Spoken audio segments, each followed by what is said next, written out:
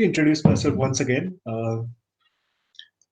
Welcome everyone to this new course, CSF 425 Deep Learning. I'm Palash Agrawal, and I'm going to be one of your TAs for this course, and I'm going to be taking your lab sessions and hopefully some other components as well. I really hope that you had the chance to sit in some of the lectures of Dr. Kamlesh Tiwari, and you got a chance to introduce yourself with the idea of deep learning, and you're just now ready to actually just deep dive in the practical side of deep learning. So let me just before starting, I'm gonna talk about like what exactly are these lab sessions and some logistics maybe, and then what exactly this lab session is about. So um, this is the first lab section on a series of 7 labs, which will be taken bi-weekly, meaning once every 2 weeks. On Saturdays early morning so that it doesn't interfere with your weekend schedule. Um, Technically, these are non-evaluative, so it's really just for you to really understand the practical side of deep learning and like how do you actually build your own models and how do you actually solve problems of the real world. There will be a 5% component of this course that will be based off of the lab sessions that will be taken around like just before the midsem, and it will be like a real world problem that you guys have to solve, and hopefully these lab sessions can or cannot help you. There may be someone who is like really proficient with deep learning and he doesn't need these lab sessions, but like this is designed with kept with everyone in mind so that everyone can be on the same page and everyone can experience the, I don't know, joy of coding deep learning models and whatnot. So these are the logistics. There are 7 lab sessions. This is the first lab session, 20th August. The second one will be on 11th of September, and so on and so forth. This lab session is sort of your pathway towards like the real side of deep learning, and this is sort of more an introduction towards deep learning and like some basic machine learning models. Uh, I'm sorry, I'll just address one thing on the chat. Yes, this is it can go up to 2 hours, maybe even 2 hours, 15 minutes, 20 minutes. Also, I'm going to tell you what exactly these lab sessions will look like. These are live coding sessions, guys. So I'm going to be coding up with you guys so that I'm actually going to make sure that I'm going to learn as well with you guys. Whatever research needs to be done, whatever debugging needs to be done, we're going to do it in class together, so that I think that that's also part of the learning experience, which I think that many courses, like almost all courses, just simply ignore. So I'm going to be coding and I'm going to be learning with you guys. That is the purpose of keeping these lab sessions a slightly longer. It's like it's not a lecture. It's more like a learning experience. It's more like a practical learning experience that you guys would have when you are actually learning things on your own rather than you're sitting in lectures. Um, so this lab session is going to be covering a few basic machine learning concepts that you need for deep learning. Now, I initially thought to actually just teach all sorts of machine learning concepts that are apart from deep learning. But I just kind of realized that it's simply not possible unless I sit for 4 hours or 5 hours. So I'm just going to be talking about what you exactly need for deep learning that you actually can find in traditional machine learning. Um, Typically, we're going to be talking about um, two different things. One is linear regression and one is logistic regression.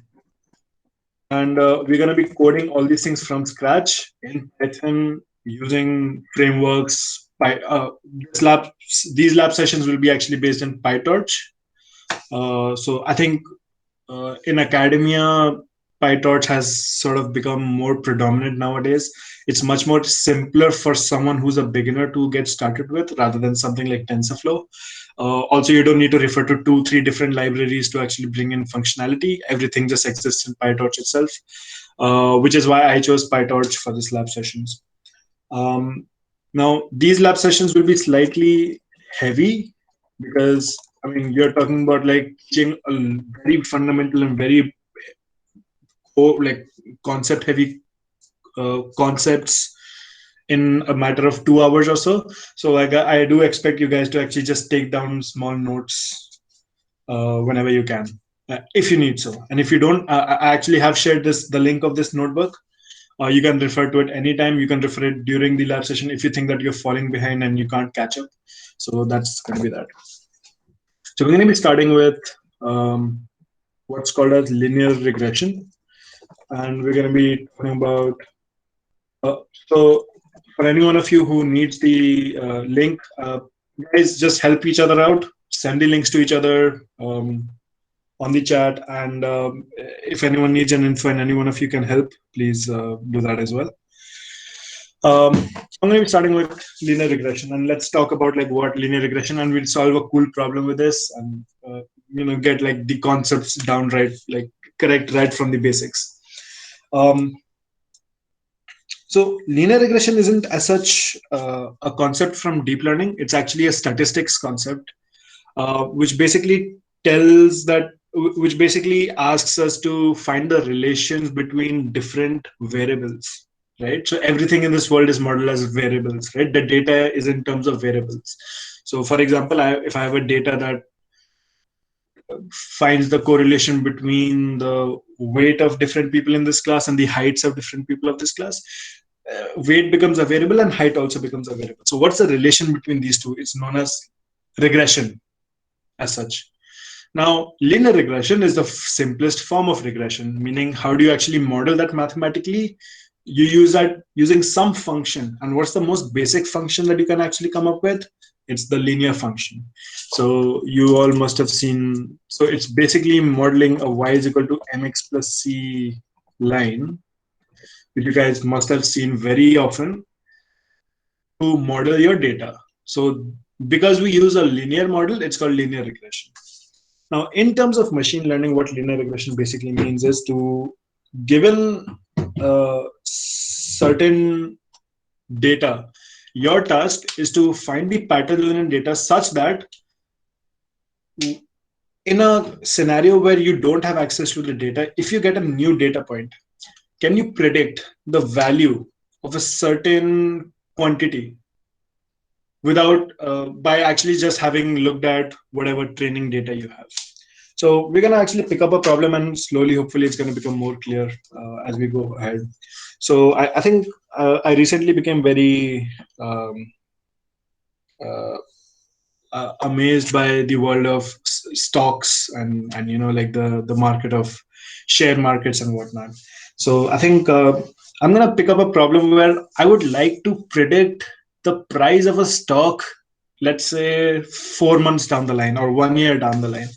So I think that's a really cool problem to do, and we're gonna make that model. So just copy me and let's do that. So stock price prediction.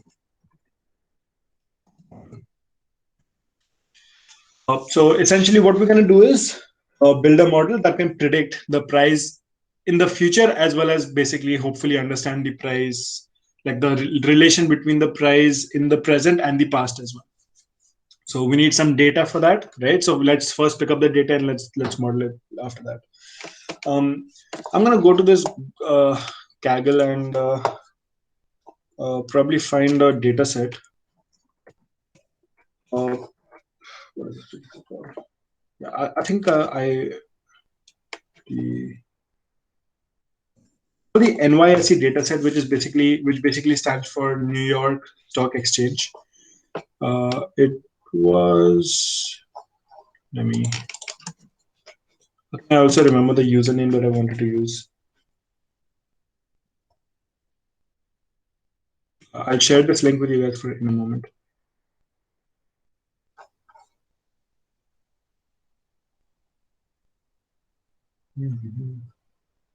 Yep, this dataset. Let me share this link with you guys, and I'll put it in the notebook as well. This is the link to the dataset that we're going to be using. It's on Kaggle. Kaggle, for anyone who doesn't know what Kaggle is, it's a open source community where people actually, it's probably the largest open source platform for data scientist practitioners who come together, solve problems, share solutions with everyone. You often also see competitions going on over there where companies like say that whoever wins gets like something like $100,000 or something like that. So I've put the link on this as well. And we're going to first start by downloading this data from Kaggle. Now, Kaggle has a cool API system over here that you can actually use to download uh, the whatever data you want. You can get it in the form of an API. As such, you don't need to like directly download from here. I'll just show you how to do that. Just a second. So before actually you do that, if you want to use like a API to actually get the data directly into your Google Colab system, you actually need to do one small thing. You need to go to your accounts. If you don't have an account, you can make it really quickly. Just sign in with your Google account. Uh, and once you do that, go to at the top right, go to your icon, go to account. Follow me, guys, please. And scroll down until you see an option that says API.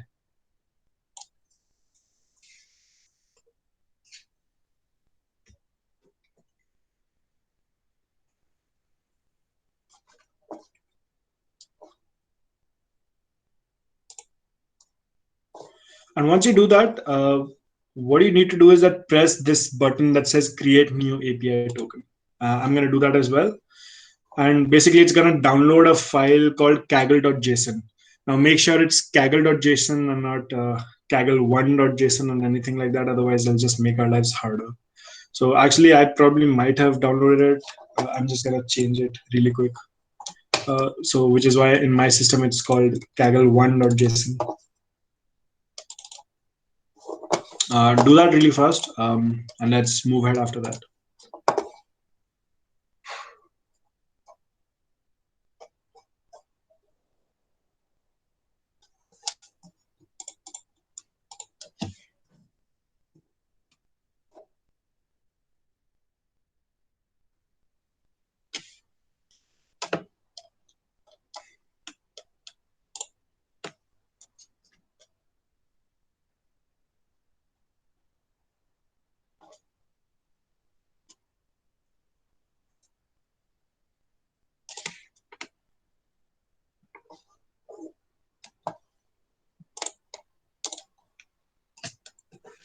Right, I hope you guys have done that. Once you've downloaded that, let's actually import that system. So what you basically need to do and why we actually needed that kaggle.json file is that Kaggle actually expects you to have certain, whenever you're downloading the data, sometimes the data is really sensitive. It contains some legalities. Some people actually you plagiarize it or use it for some unfair means, and that basically causes some legal issues. So they basically want to know whoever is downloading the data. So they can't just open source it. So you need to first download that file, kaggle.json, which basically puts your information within that system so that Kaggle can keep track of who's downloading the data. That's nothing that we need to worry about, but we need to first upload that file to our Google Colab. So for that, Google Colab specifically has some API where you can upload your files. It simply looks like this. From google.colab, import files, and upload is equal to files.upload. Yeah.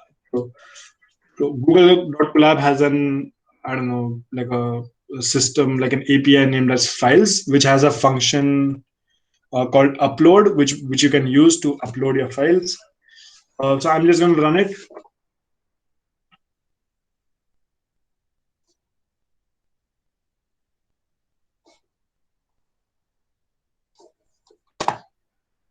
And you're going to see something like this. I'm going to press choose files. And I'm going to look for my kaggle.json file. It's going to upload. Yeah, it uploaded a file. Yeah. Now here's another thing that Kaggle actually also expects to find the kaggle.json file in a very particular repository, which is known as what do you call root, in the root directory and in the .kaggle folder. So we need to first make that folder in order to in order to run this, in order to actually download the data. So I'm just gonna do one thing that, okay, now This is not something that you can do in Python, like making different files and all is something that you do in Linux, if you remember, if anyone remembers your first year programming course. So you need to run it on Linux. Now Collaboratory or Jupyter notebooks in general have a very sleek concept of actually giving us the ability to write Linux code within the Jupyter environment itself. And you only differentiate between the two, between Python code and Linux code with an exclamation mark. So whenever I'm writing an exclamation mark, it means that I'm writing it in Linux system. It's not going to be run by Python, it's going to be run by Linux system. So I'm going to do, sorry, I'm going to make a directory, a folder, which is of the name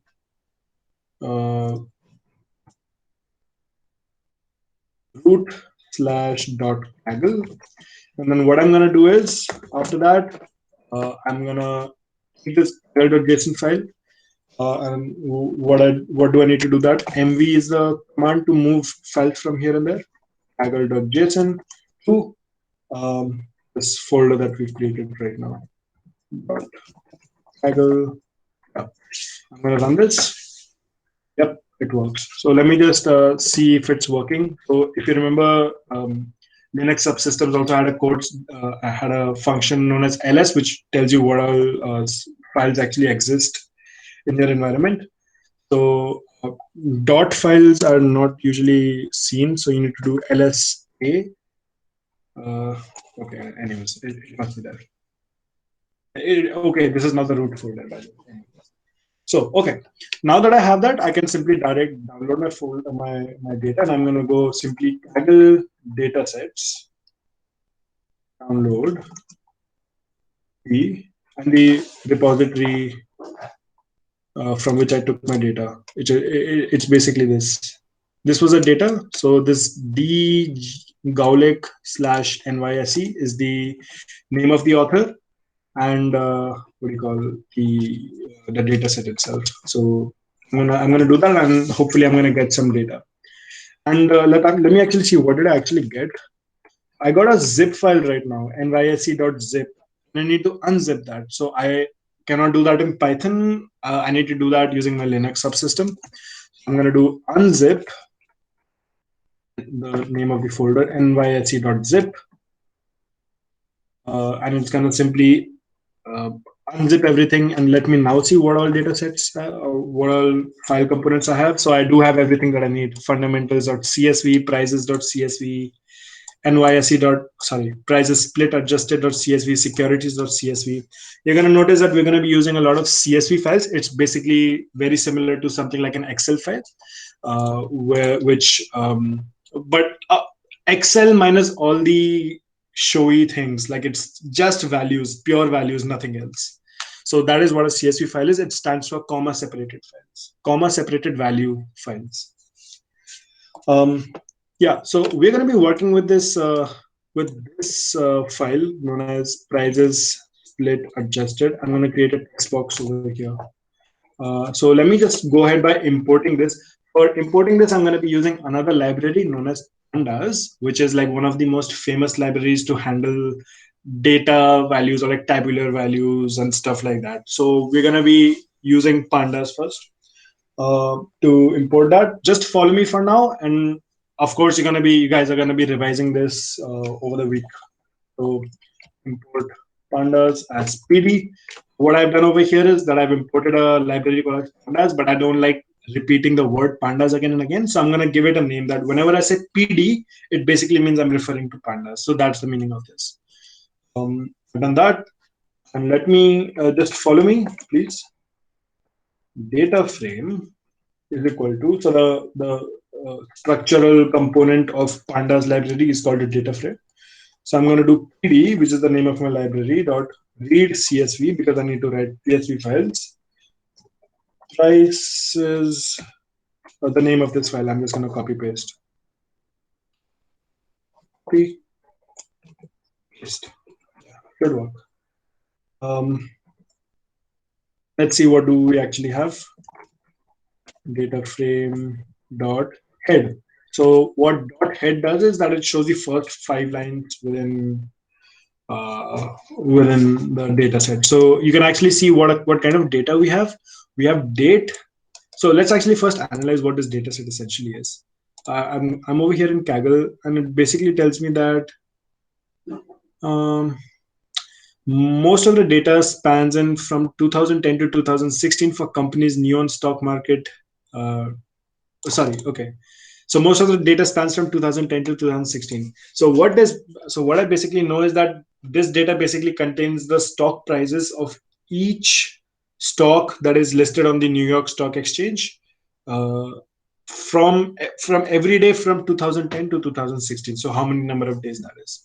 So that is my data, and I need to model my stock prediction model based on that. I need to find patterns within this data.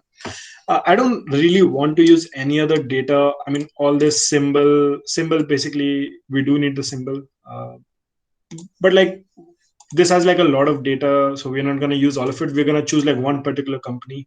I don't know, guys. Tell me like which one is your favorite company? I don't know, Google, Facebook, Apple.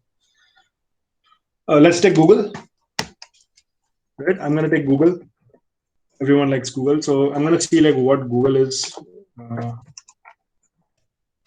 Google is named as GOGGL. All right, let me see what they actually have.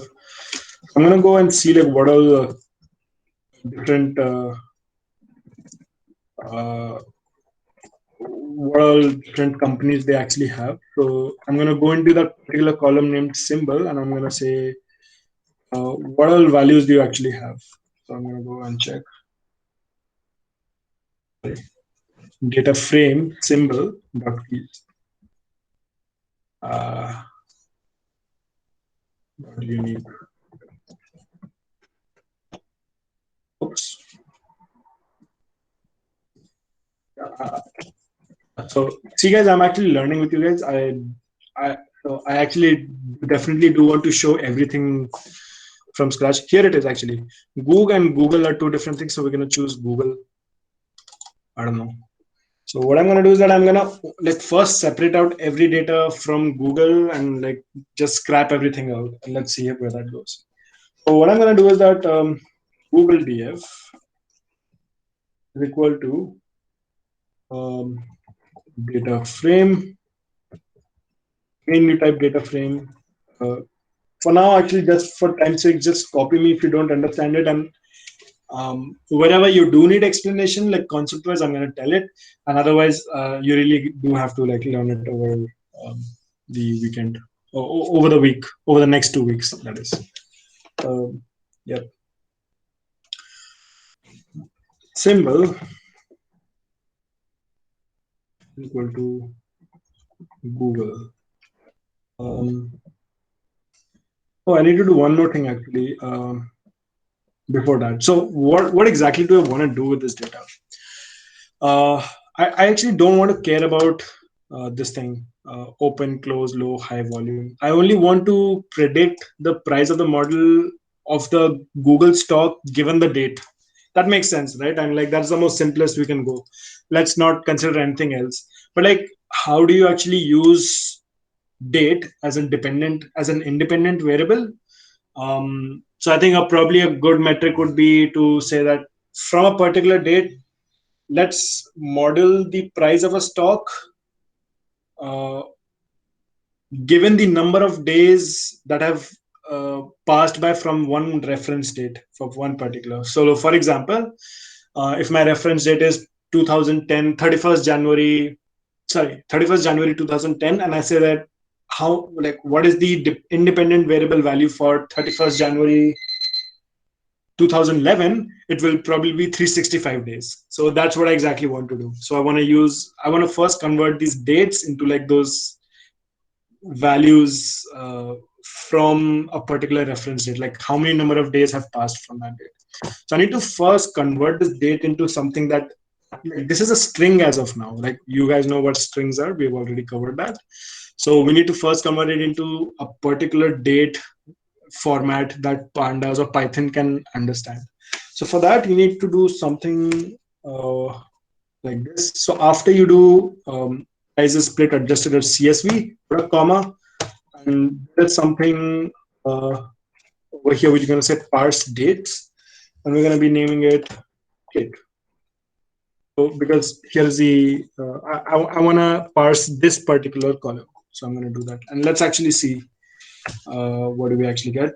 You're not going to see any difference as of now, but yeah, this is now not a string. This is in fact a date time format that pandas can understand. And you're going to see it in a moment. Yeah, I did that. So I need to run this again, I guess. And this again, and I didn't complete this. Now let's because I want to only reference each stock price through its date. I'm going to be setting that as my index. Here is syntax for that. Let's actually see how it actually comes out. Over here itself, I'm just going to go Google df dot head, and let's see. Yeah, so date is now the index, and you have every other data which we don't care about. Honestly, all we care about is the one of these prices, either opening price or the closing price. We'll choose that. That's not an issue. All right. So how we're gonna use the date to extract one particular information? So let's choose one particular date. I'm gonna show you. I don't know, Google DF dot LOC, which basically means localize or find a particular row using its index value.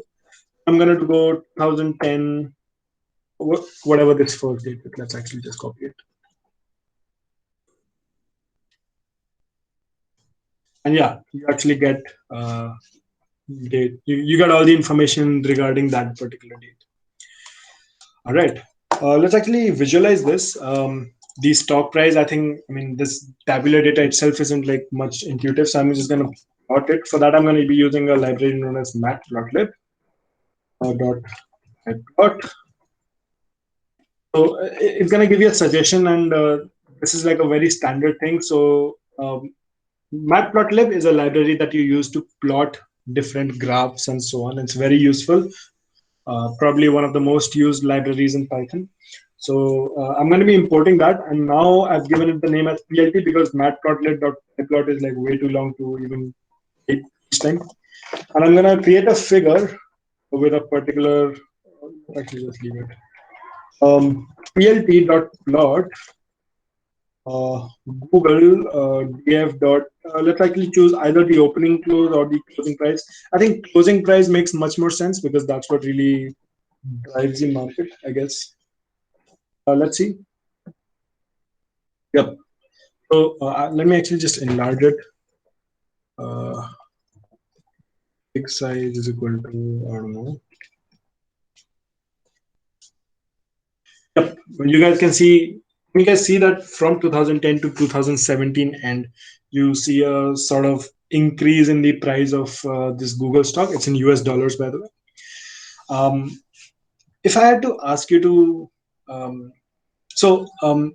let's actually just forget this modeling part for 1 second. And if I had to ask you that, let's actually go to 2018 out of this graph, and let me ask you, like, what would you predict the most likely price of this stock? So you would probably say that, yeah, I see kind of a linear increase, like it's kind of growing consistently. So it would kind of reach over here, which would be something like 900 or something, $920 or something. You're gonna probably say something like that. So how do you actually do that? You do that by actually doing something known as linear regression. So what you're actually doing in your mind is that you're saying that, this kind of looks like, if you just kind of zoom out, like it actually goes up and down on a lot of days, but overall there's kind of a linear trend going on over here, right? It kind of rotates around the same modeling principle. So that's exactly what we're going to do right now. We're going to take a line, and I'm going to find that best line that best fits this data in general. So we're going to find a line that kind of goes like this. All right. And that is what is known as linear regression. So once you actually find that line, you can actually extrapolate this line to whatever date you want, and that's going to be the predicted price of that particular stock. So again, these dates have not yet been referenced, meaning what I need to do is this is not a useful format for me. What a useful format probably would be that whatever this first day is there, right?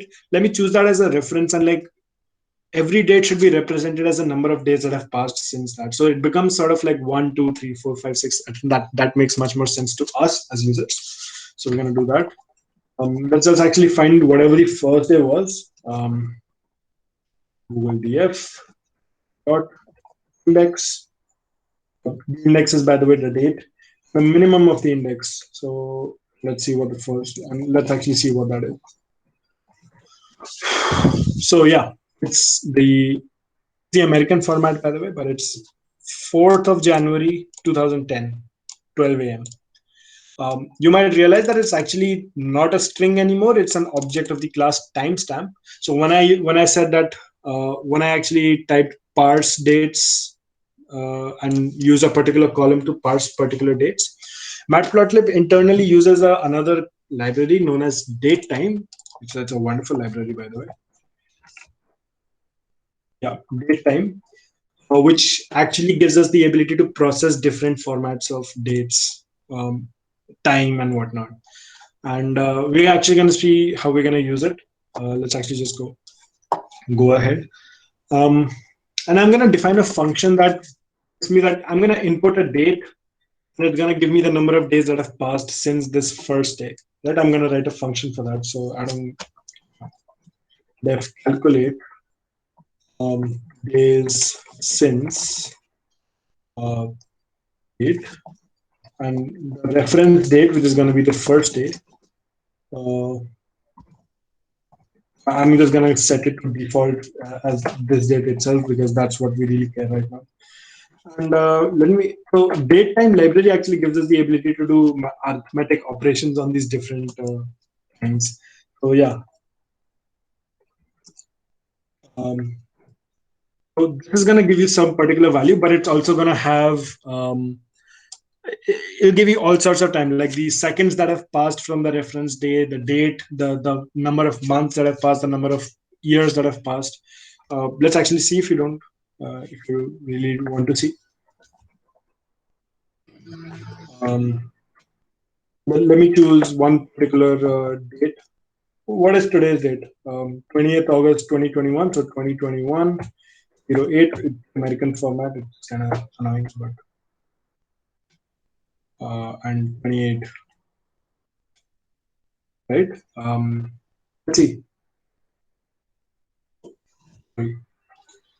I need to I need to separate them by commas. Oh,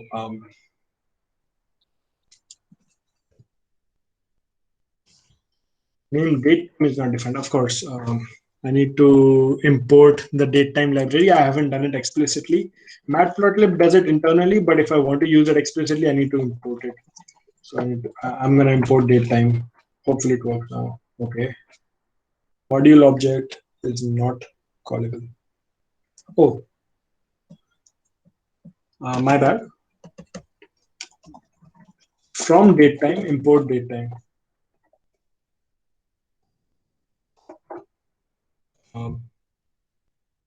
Alfred says maybe you can keep the initial index instead of dropping that and drop date.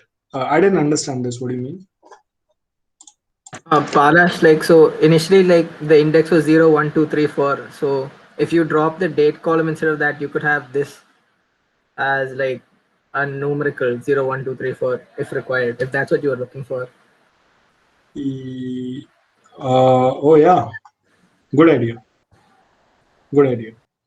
But let's actually go by first principles. Wouldn't that make much more sense? Like ideally, it's a good hack. I would definitely, we can actually do that.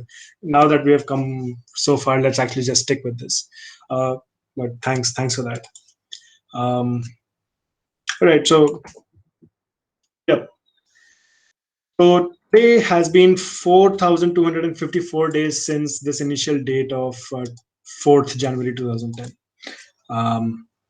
But we only care about the number of days that have passed. So I'm going to type dot days over here, and it's only going to give me the days that have passed since that. Yeah. Now I've written this function. Let's actually go ahead now. Now, what I need to do is when I'm building a model, I need to build my X's and Y's, my inputs and my outputs in order to model my data. So because models don't really understand data frames, they don't understand tables and such like. So I need to convert them into X's and Y's basically, and that will be my data set. So X is simply going to be uh, so what I need, given that all these date and times that I have, I need to first convert them into the number of days that have passed since my reference date. So that will be, um, I need to pass each and every value from the index of this data frame that I have, and pass it through the function called calculate days since. To do that, you actually have a very clever function in Python which says map. It will basically go across all these values in one particular column of the data frame and pass it through a function and give you return the value. So map calculate distance, comma, the column that I really want to care about, that's the index of the Google value of the Google data frame. And map itself won't give you a list of items. You need to explicitly convert it into a list of items. So this is going to give me a good list pretty much. Yeah. Let me just see what's the length of the list, and it'll probably be, yeah. So there are 1,762 different items in this particular graph that have been converted into number of days that have passed from the reference date. Similarly, I'm going to do something for my y. Um, y equal to list. I don't need to pass it through any function. Google df dot close. It's going to basically give me a list of all the values in the close column of the data frame. So I actually also see the length of y, and hopefully these all both will be of the same length. That is true. That's cool. Now that I have a data, let's actually just now, given that we have x's and y's, we can actually forget about the data frame itself. Let's actually just plot this x's and y's independently, and let's see that we actually have the same data. So I'm just going to go plt.plot x comma y. It's going to basically plot x, each pair of x's and y's. Hopefully it gives me the same value. It does. It's the same as this. And so what I need to do right now is basically fit a line through all these data points, and that's going to be my linear regression model. Now, how do I do that mathematically? Like, I know this conceptually, that I can actually I have an intuition about which line best fits within this through all these data sets. It'll probably look something like this, right? But like, how do I define it mathematically? So mathematically, we use a concept known as error minimization, which basically means that this is a real data, and what I need to do is that I need to and I'm going to have a linear model that's going to predict the values of the price given a particular date. So for example, if the line goes something like this, and I'm going to say that what does this model predict as the price given that on this particular day, that is 2000 days ahead of the reference date. So it's going to basically go and see like what's the y value corresponding to that point on that line, and that's going to be the predicted price of the stock according to our linear regression model. Now, of course, let's say that I have in one wild scenario, this is a particular line that I have a line that looks something like this, right? It's obviously not the best fit line. So my value, the predicted value that I'm going to get on this 2000th day is probably going to be way far off from the actual data point than it would have been if my line would have been properly fit. So what our goal is basically to get the prediction of the price and the actual price of the stock to be as same as possible for all the data points, right? It will obviously not be exactly same, because we're trying to fit a linear line through this zigzag thing. It's simply not possible physically. So we're basically trying to reduce the absolute difference between the predicted price and the absolute predicted price and the actual price of the model. So I'm gonna write a function over here, like a equation over here, which is probably going to help you uh, remember these things. It's written in LaTeX, by the way. So I'm trying to, given that I have an actual price Y and the prediction, you first find the difference and then you square them, because we don't care. We only care about the absolute magnitude of difference. And we basically find, like, because there are 1,762 points, and I'll be taking the average of all of those. And my goal is to find that particular line that will minimize this particular value. Does everyone get that?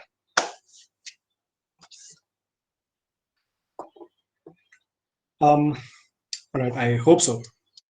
All right. So now there are two ways to actually find this particular line that is going to minimize this particular value, this particular equation that I've written over here. One is through a direct formula that actually comes from statistics directly. It's a very complex formula, but if you directly put in all these values in the formula, you get the equation of the line that will best fit these points. We're not gonna implement like it from scratch. I really don't want to go into that, but we'll just look at it anyways. It's actually implemented in a library called scikit-learn, so we're going to be using that. Let's just have a quick detour and learn how to do that uh, in practice. So scikit-learn, scikit.linear.module. From scikit.linear.module, you're going to be importing the linear regression module, and let's actually go to that documentation, and let's say scikit-learn linear regression. Let's see what it actually expects us to do. So ordinary least square linear regression, that's exactly what we want to do. X, I'm going to give it an X and I'm going to give it a Y, and I can just simply ask the model to find my best fit line, and it's going to do that for me. Here's a catch. It actually expects every of our X's to be lists of values. But we actually don't have lists. Lists actually make sense because like a particular data point might have more than one features. We have only one feature, which is the date of that particular stock price. So we need to first explicitly convert them into what do you call lists of values. So I'm going to create another X known as modified X, and I'm going to simply I'm going to run a list comprehension, which we actually covered in lab 0. If you don't know about that, that's okay. You can revise it over the week. But if you don't understand, just follow me, just copy me. And if you do understand, you'll understand that I'm basically going across all those values in X. I'm converting them into list using this. And hopefully I get my value. Let's see, modified X. Does that work? Oh, from scikit.linear, what do I have? No module named scikit.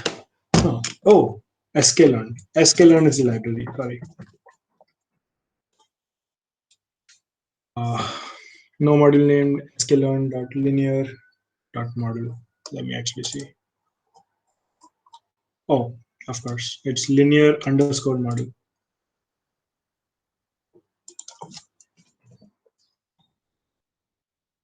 Yep, it actually converts everything into lists. I'm gonna remove this just so that it takes slightly less space. And let's let's build that model. So what I'm going to first do is that I'm going to first build a, so scikit-learn actually gives me a class that has the functionality to fit to these data points. I'm going to first be initializing that class, and that will be my model. It's going to basically be like linear regression. So I've now initialized my class. Now once I do that, I can simply do reg.fit, fit through what data points? Modified X. Why?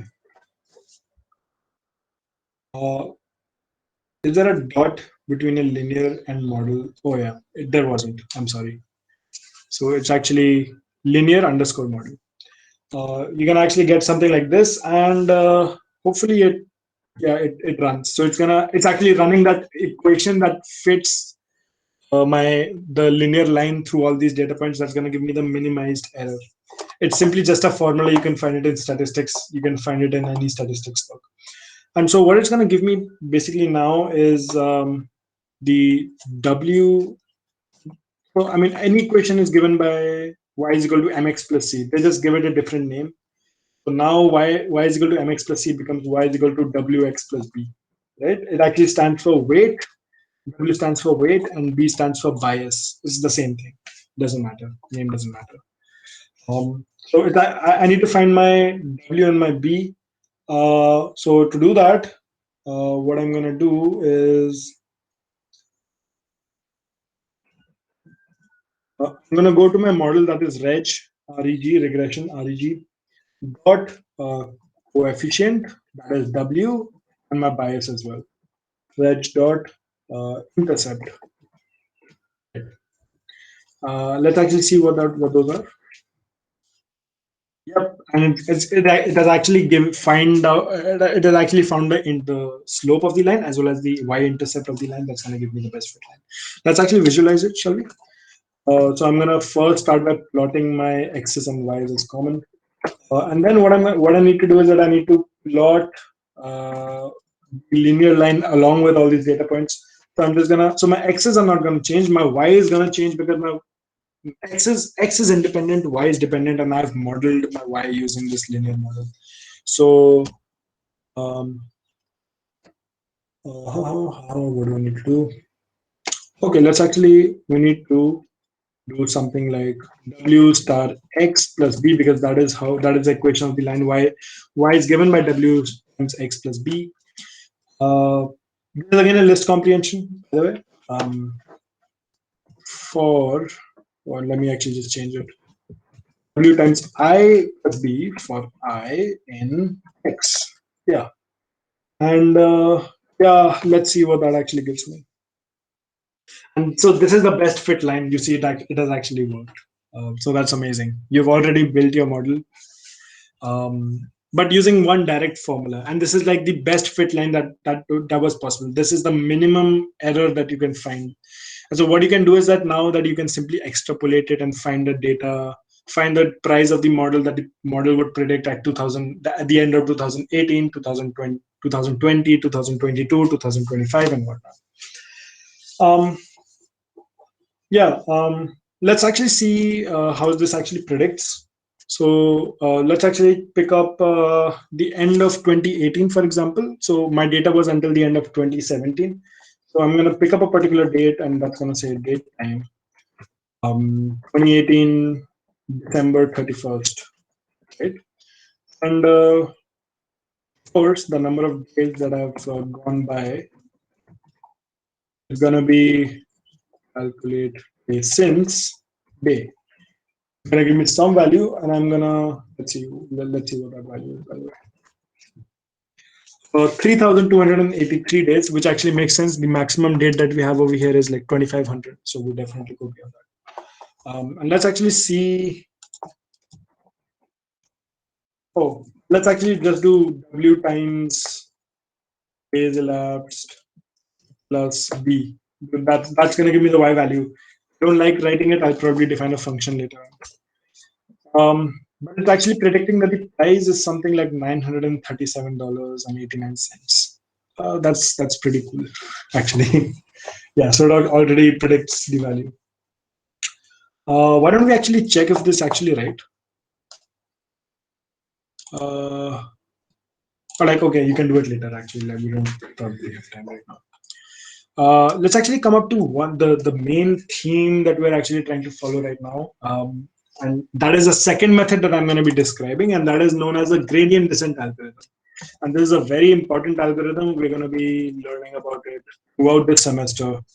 It's like probably the fundamental idea behind optimization of any of our models.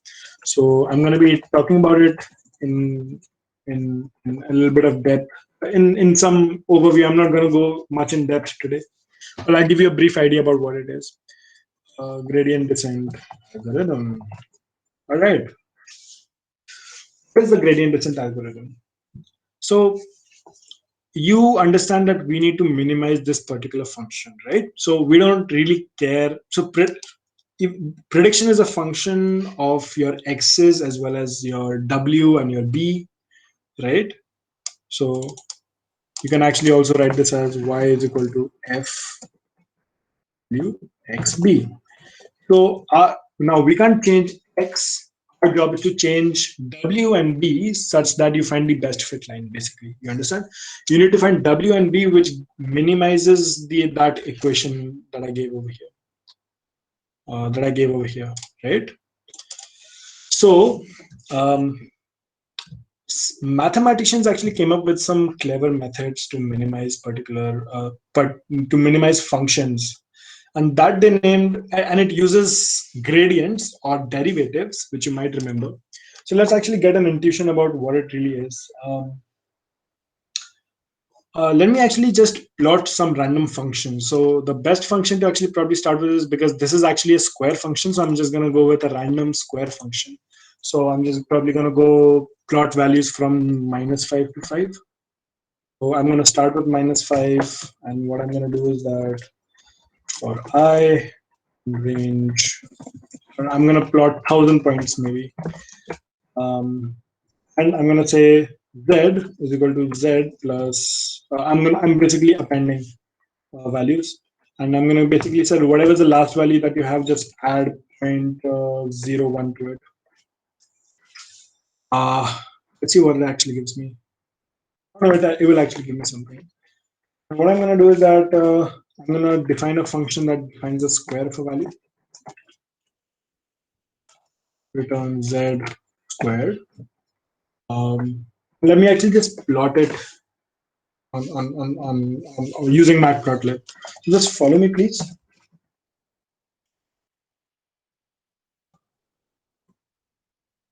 I'm first creating a figure, and I'm going to be plotting z as well as the square of z for each value in that z.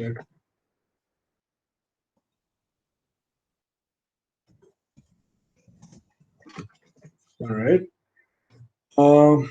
Let's see. Does it work? This is my function.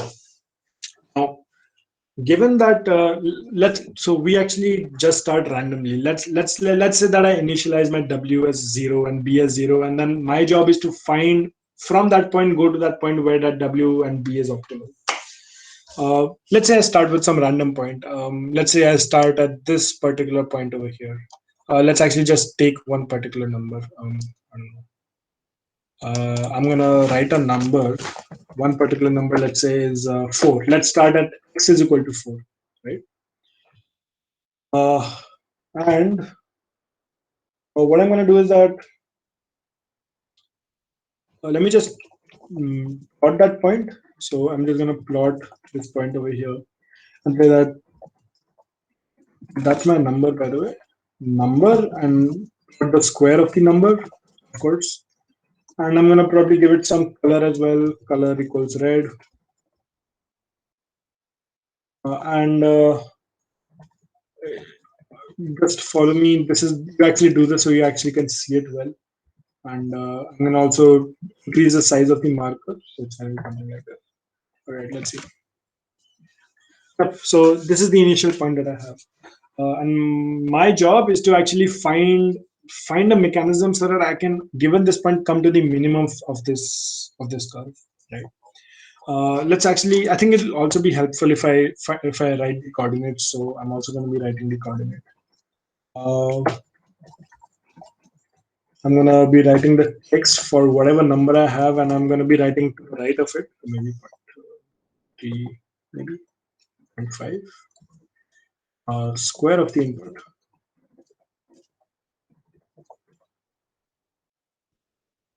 Input, not input, number. I'm getting confused. Number, and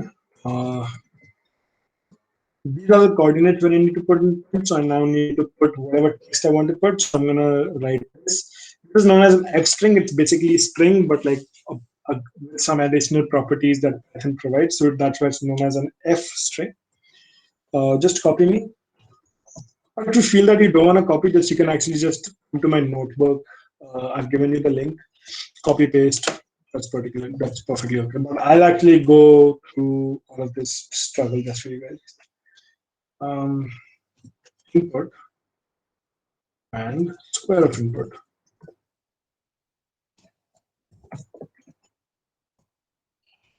Yep.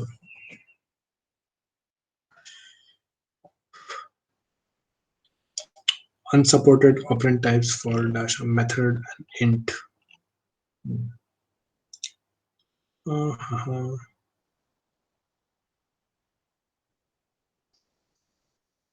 What's up?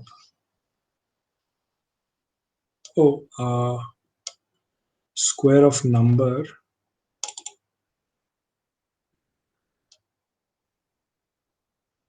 Square of, oh, of course.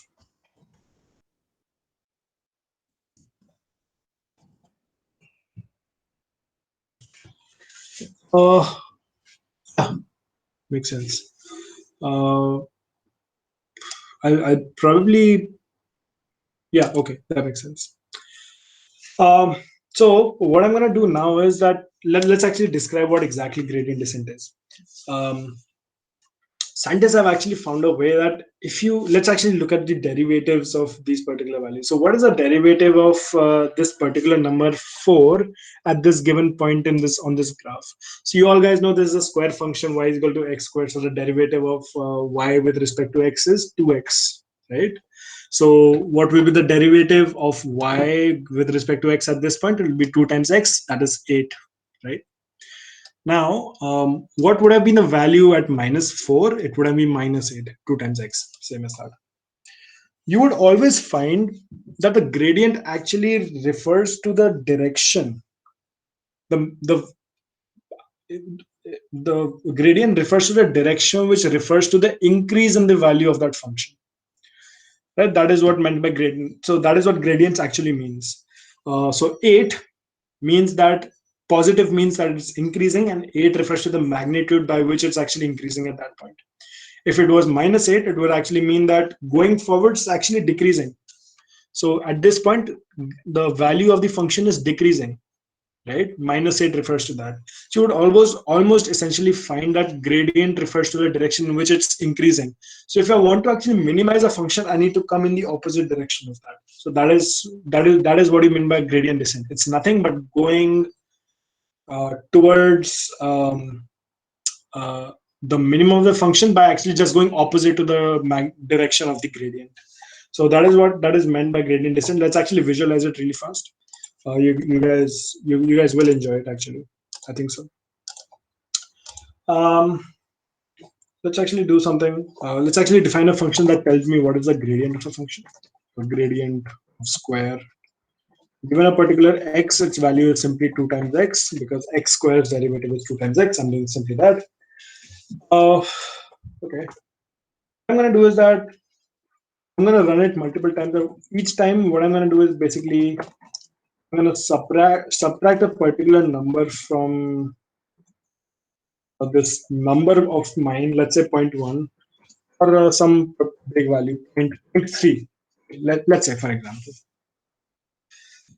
I'm going to reduce I'm going to subtract 0.3 from a number if the gradient of a square of if the gradient of this particular number is greater than 0. Yeah, because if it's greater than 0 means I need to go backwards. That is, I need to subtract the value of x. Is greater than 0, else number plus 0.3. And if it's negative, if the gradient is negative and somewhere over here, I'll probably need to go forward. So keep on doing that, and some point you'll actually reach to the point where you actually don't get to go either forward or behind. That's that. Let's actually plot it. I think I need to plot my values again. So I'm going to be plotting all these squares again. Explain cell 42. Cell 42. Oh, I'm basically it's basically a list of values from -5 to 5 with increment of 0.01. So let's visualize it. Look at this. So basically all these values 0.4499, then you add 0.01 to it, 0.4599, then you add again 0.01 to it until you come to a point where you have, what's the last value, 4.9899, and I think it also, let's actually see what's the end value of it. We know the starting value is -5. The end value is 4.9999, which is actually the maximum it can go. So it's basically a list of values. All these values that you see over here on the x-axis is basically taken from the z. That's it. Let me actually just plot these squares again really fast. I need to do that.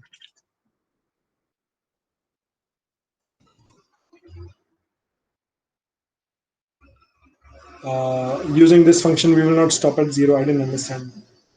Sorry.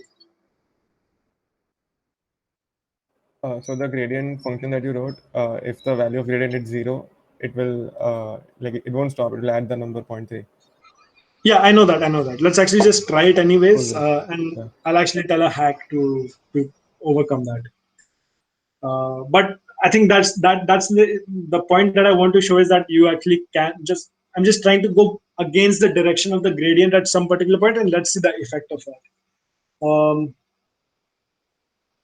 For I in Z, that's gonna plot my squares, and I'm gonna be plotting my points again. These two different points. I'm just gonna simply copy them. I'm gonna paste them over here. Oops.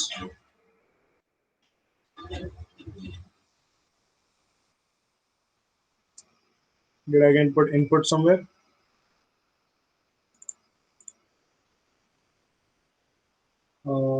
Greater than equal to not supported. So in the You have to function, return the value from the gradient function. Sorry? You have to in the return the value to x. Oh, of course. Sorry. All right. It didn't plot. What's going on?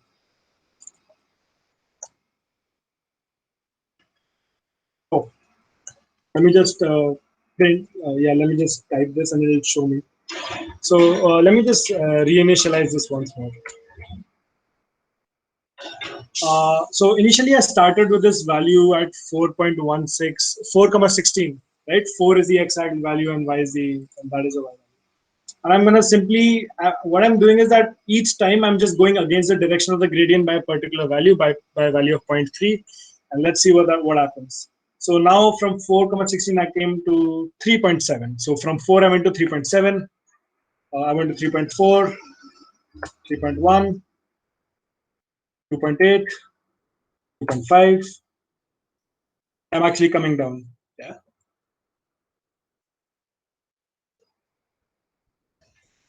1.0, 0.700.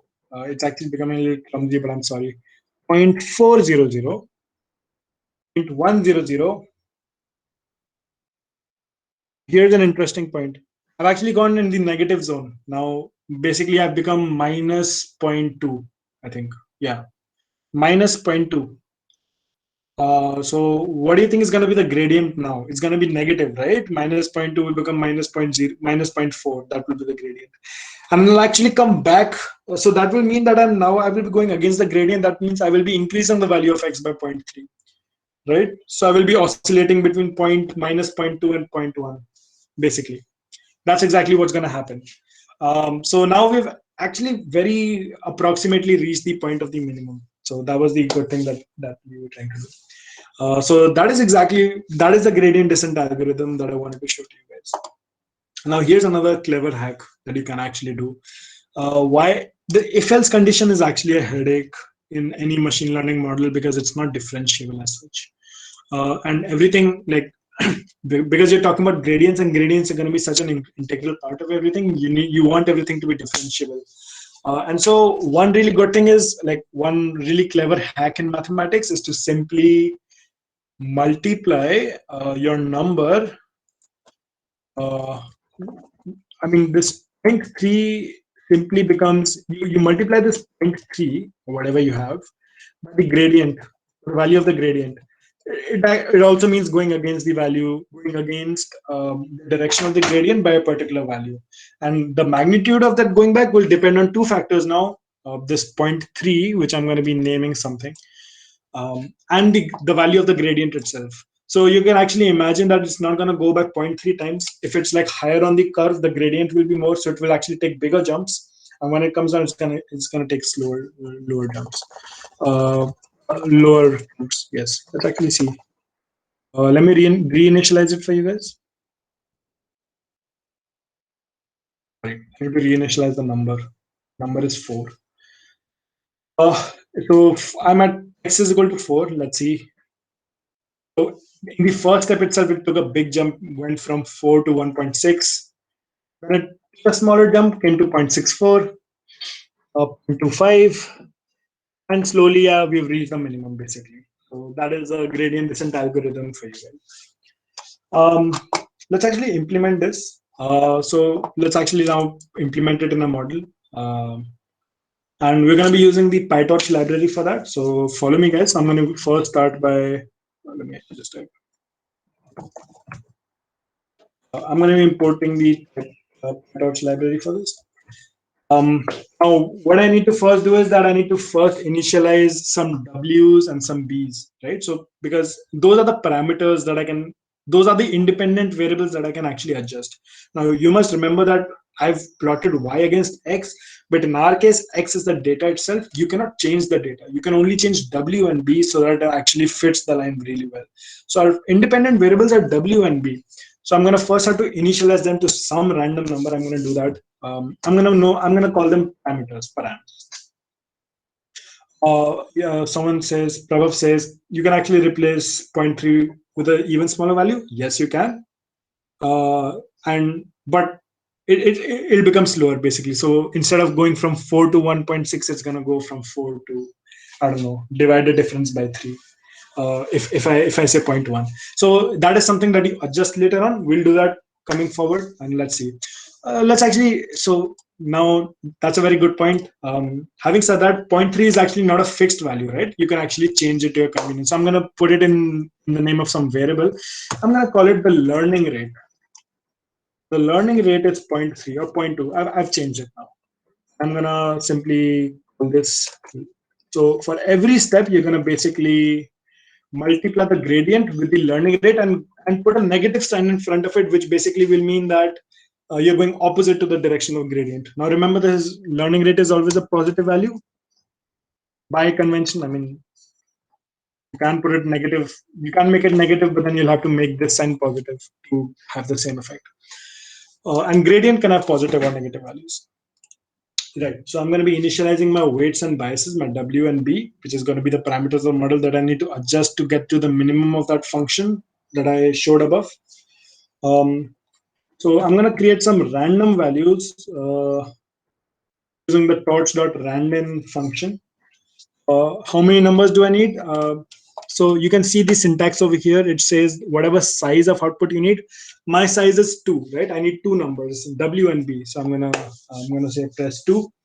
And by default, tensors don't act. So we're not actually going to calculate the gradients by hand. You don't need to. All libraries now basically can actually derive the gradients for you. So what if, I mean, like you had some really complex function, what are you going to do? You're not going to calculate it by hand. You're going to ask PyTorch or TensorFlow or whatever to calculate those gradients for you. And it's going to just make your life easier. So by default, you actually need to tell PyTorch to actually calculate the gradients for you. So you need to tell it that these parameters that I'm initializing are going to be parameters that need gradients, that need you to understand that these need gradients. So I'm gonna activate the gradients for that using this function over here. Requires grad. All right. So W, and I can just simply see what my parameters are initially. Let's see what they are. Yep. So W is going to be minus 0.678t, B is minus 6124. These are randomly generated values. And it has some gradient function corresponding to it. So that basically helps PyTorch tell like how do I actually need to calculate the gradients. We're going to talk about that probably in the next session. Why are a lot of people leaving the meeting? Anyways, all right. So now PyTorch expects everything to be tensors. So you would realize that there is something known as tensor over here. What the hell is a tensor? So tensor is nothing but sort of a list, but like the PyTorch version of it. But it can actually be put into a GPU. It actually has a lot of dynamic nature to it. It's very similar to the array concept that you must have seen in NumPy maybe or somewhere else. But it's the array version of PyTorch. That's what a tensor is basically. And PyTorch actually expects everything to be tensors.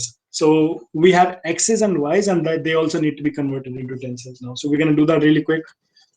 X tensor and y tensor is simply going to be actually as simple as torch.tensor, and it's in the list of values. It's going to convert everything to a list. You actually do need to convert it into a float, and we'll see why. Because by default there are some other integer type, maybe uint integer 32 times, or maybe double. So you need to float is probably the safest thing that we can actually do. And similarly for y as well. So torch.tensor y, and convert it into float as well. Let's actually see the shapes. So now these are actually tensors. You don't actually look at the lengths of them. You can actually simply directly the function shape. It's going to tell you what shape exactly the tensor is. I'm going to see what it is. Right. So X is a tensor of shape 1762. Basically, it has 1762 values, which makes sense. And Y is also going to be the same. So X contains the dates, Y contains the prices. Let's actually define the model. So this is the main part of the linear regression model. I'm going to take in some input. There's a function that calculates, given an X, it calculates Y. Basically, I'm doing that for every given W and B. And W and B are changeable, by the way.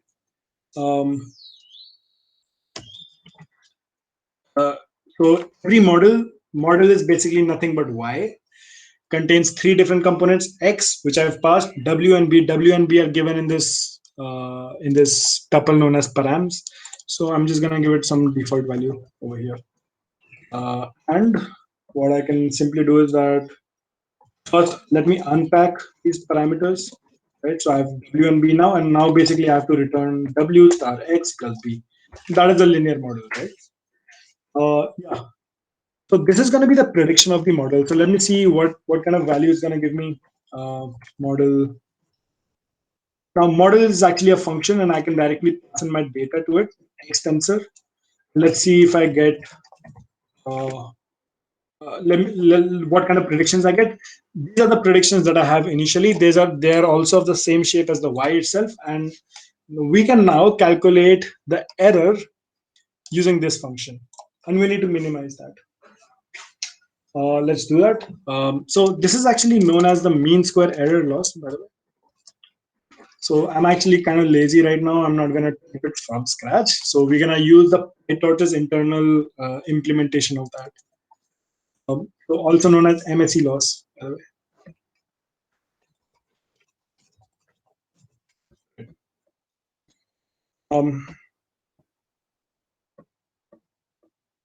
Yeah. So let's actually define the loss function. Put it over here. Right. Let's do. Let's define the function. Right. I'm not going to define it from scratch. Can you guys give me a second?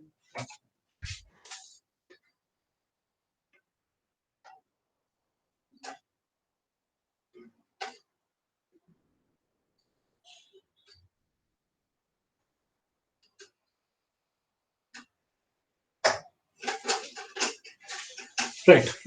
I'm going to go to torch.msc. They actually have implemented it from scratch. It's actually, what is it called? I'm not exactly sure. Let's check. Torch msc loss. So it's MSE loss. Okay, MSE loss. Hope that works. Yep, I think it should work. Oh, it doesn't. That's what happened. MSE torch.nn.msc loss. Is that so? Yeah. So they're actually used mostly for neural networks itself, and everything related to neural network is present in another module within the torch library. It's called as NN, stands for neural networks. So everything related to neural networks is inside that library. It works. It's a function now. I can basically use it as I would use. So let me uh, use this loss. So let's actually see what kind of loss function I'm going to get. Loss function. The first argument is going to be the prediction that I have, and the second argument is going to be the actual data that I have. Let's see if I get some particular values. Yes, you actually get a particular value output. This is the mean square error loss. So if you were to calculate this particular equation for right now, I mean, like given the particular state of whatever randomly initialized values I have, you're gonna get this particular value, which is huge. I mean, what is it, 2.2 million or something. Now what I need to do is I need to find the gradients, and I need to take one step, what do you call, in the direction opposite to that. So all right, how do you find the gradients? You're not going to be doing that by hand. We're going to PyTorch actually has a concept known as autograd. It can automatically differentiate functions for you and give the values. All you need to do that. So by the way, I'm going to put it inside some variable. Loss is equal to loss function product red, white answer. All you need to do to find gradients is simply do this one line, loss dot backward. Basically, it stands for backward pass. So if you remember, gradients are nothing but a backward pass through that function. Like if you remember, how do you actually calculate functions? You calculate them inside out, and then how do you calculate gradients? You calculate them outside in. You will remember that. It's simple mathematics. Now gradients have been calculated. I don't need to do anything else. Let's actually see the gradients now. If I were to go to my parameters, and simply type grad, I would see that first value was, by the way, W, and the gradient corresponding to that to W is now this particular value, and this is the gradient with respect to B. Yeah. So all and now, and what I need to do is that whatever gradient I have with respect to W, I need to subtract that particular value from W, right? I need to go in the direction opposite to that. So what I'm going to simply do is that let's actually define the learning rate. I'm going to get some small value. As Prabhav said, you can actually replace it with a smaller value. I'm actually going to do the same. I'm going to put it a value as 1 e neg 4, which basically means 10 to the power minus 4, which is nothing but 0.001. Oh, 0.0001. Right? Yeah. Yeah. Let's actually just do an experiment. Like it's a really small value, and you can play around with it over the week. And what you're going to do now is take one step in the direction opposite to the direction of the gradient. So I'm just simply going to go pam.data minus is equal to, so you're actually subtracting learning rate times the params grad, gradient of the param. And let's actually see what params I have now. So it has actually reduced. Oh, I don't even remember what was the. Right. So this was the initial value, and it has now changed to some other value. Right. And let's actually and so let's actually run it for some n number of times, because it's not a one iteration process. It takes multiple iterations to come to the bottom. So I'm going to define a function that says one iteration, and it's basically a training process. Def in one iteration. It's going to take in params. the learning rate, maybe you can change it because, and by default, I'm going to put it as 1 in Excel. And so what you need to do is that first find the predictions, find the predictions, right? Next is find the loss function.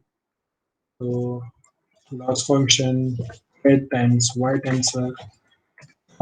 Third is the gradient, that is simply loss dot backward. Fourth will be this parameter update step.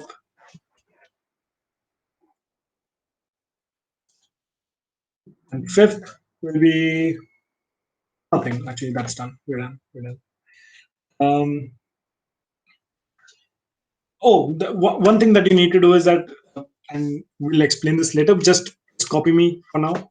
Is that you need to actually, after each step, you need to, whatever the value within this gradient, right? Like whatever the gradient you have, you need to zero it out. You need to replace it with a zero value.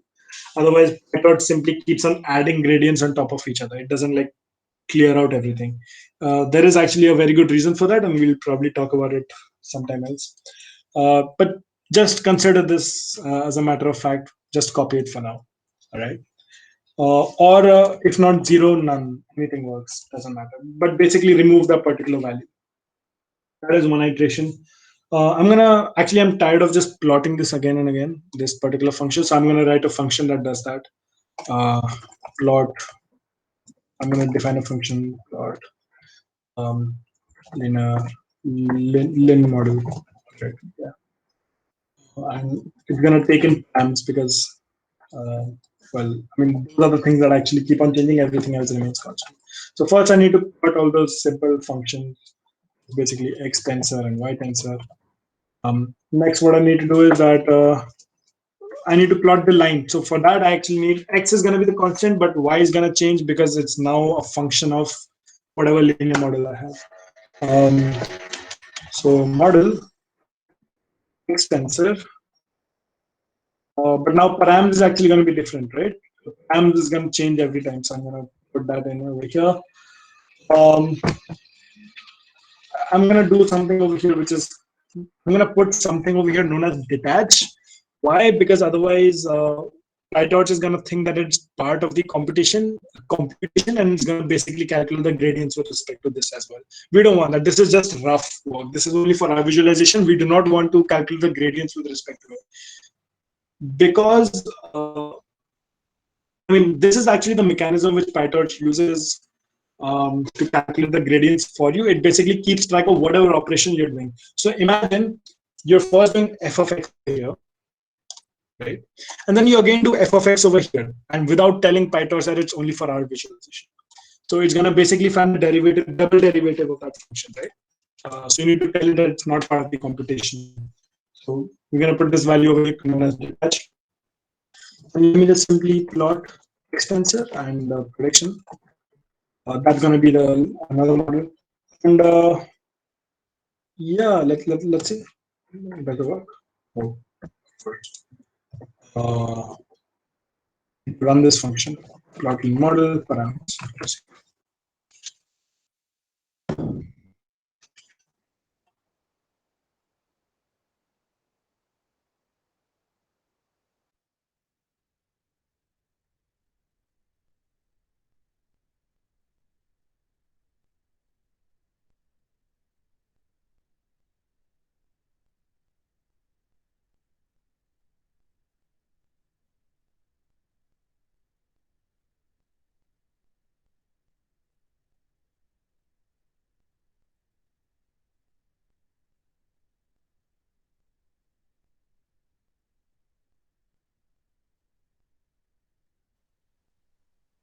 Hello guys.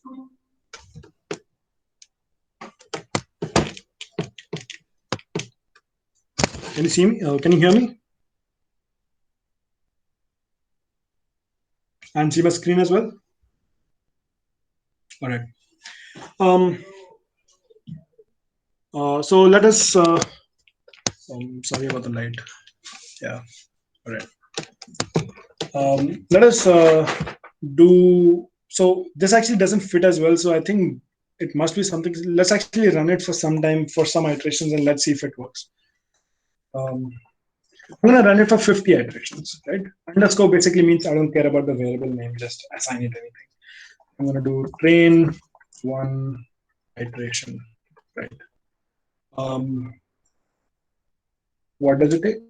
Params and learning rate. I'm going to keep it as params, right? Uh, okay, and let's say plot, and after that, let me just plot it. Let's see if it works. Actually, doesn't. Let's actually lower down the learning rate as well.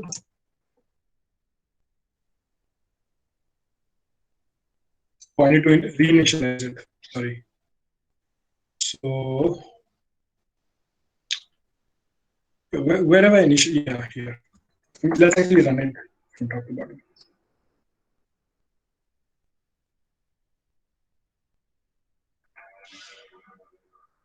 It works finally. Yeah. So you can see that it was initialized randomly. It has some terrible function over here, like orange. It was like way too high, like these values over here. But now we have actually slowly come to a point where this actually works. Gradient descent actually works, and we've fit to some good, actually good value.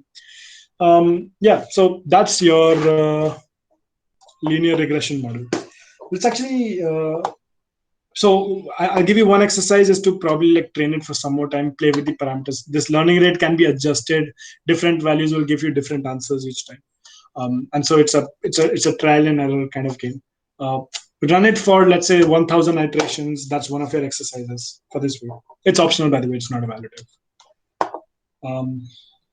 Let's actually look at the price that this model predicts for a particular date, right?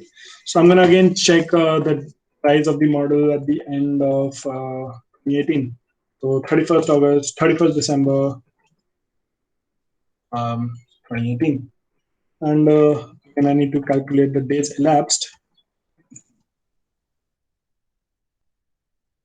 Okay, and see what that value is. 3283, and let me just pass it through the model. Days elapsed, params. Let's see what value I get. 1092,885. Let's actually check if it's actually working or not. I'm just gonna type in the price of Google stock. So 2018 December 31st. Oh, I found 28 December. It was about $1,046 on 28th December, so around that time, and I've predicted 1,092. So it's actually working pretty good. So that's actually good. That's that. So that is your linear regression model. You can use it to make amazing models. Try out something, try out a few problems. Let's actually go on to this next problem, which I'm going to call logistic regression. It's nothing but a derivative of linear regression, and I'll tell you how. Logistic. So you understand the meaning of regression. In terms of machine learning, regression basically means to predict a particular value, a particular number, right? So over here we predicted the price. That is called as regression in machine learning lingo. Logistic regression is sort of a misnomer. It's not particularly. It's not regression in a sense. It's classification.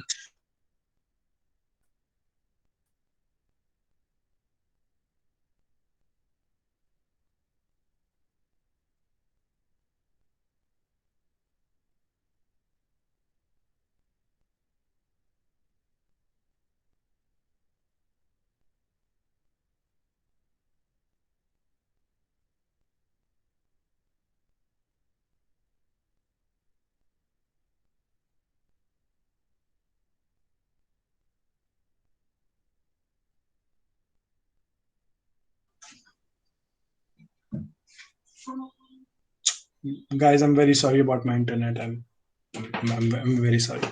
Let's continue. Can you guys hear me?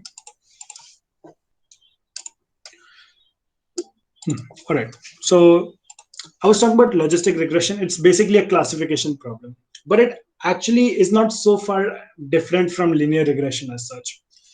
Now, my purpose over here was to uh, fit my line through the data points, right? And all of the data points actually belong to one particular category. They were all prices of a particular model. Now, who says that I particularly need to fit my line through the data points? Can I not actually define uh, a problem which will basically plot some W and some B in the n-dimensional space? The job of which will be to give me one type of value for one class and another type of value for another class. So maybe something like, let's say I want to differentiate between cats and dogs, right? And I have some data points. Let's actually see what I actually mean by this. Um, I'm going to pick up a data set. I really like this problem. If anyone of you has ever used Kaggle, you would know that there's a competition known as the Titanic data set. Titanic competition. It's probably one of the most famous competitions. A lot of beginners actually start with that. I'm actually going to be starting with that. Let's see. Titanic data set. Right. I hope this is on. Uh, it's actually part of a competition, so it's a data set. You can see the basically task is that it has information about all the passengers. Your task is to tell whether or not they survived or not. So you're basically classifying between two different types: one those who survived, one who didn't survive. Let's actually build it using a linear regression model, but the only difference is that it's not going to fit the data point, like the line through the data points. It's going to fit between the data points, between the types of the data points. And the simple idea of that is that in mathematics, there's this concept, which you must have read in 12th standard as well as in first year mathematics. Let me actually just open something, OneNote or something.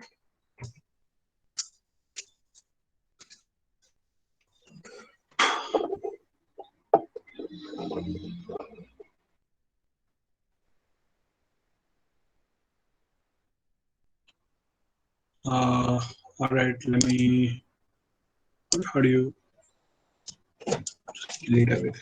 All right. Let's say you have different points. How do you draw? Yeah.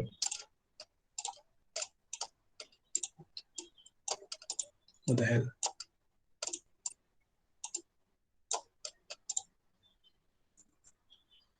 I have no idea.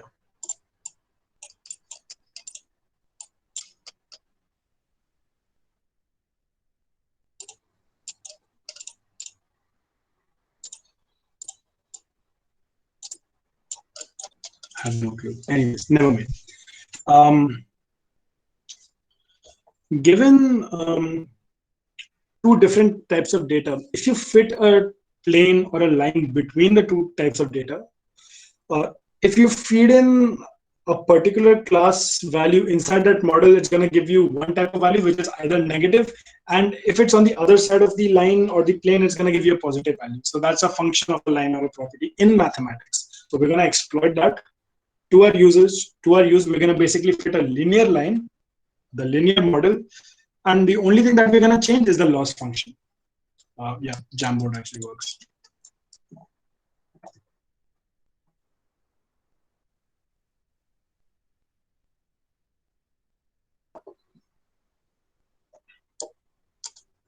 All right.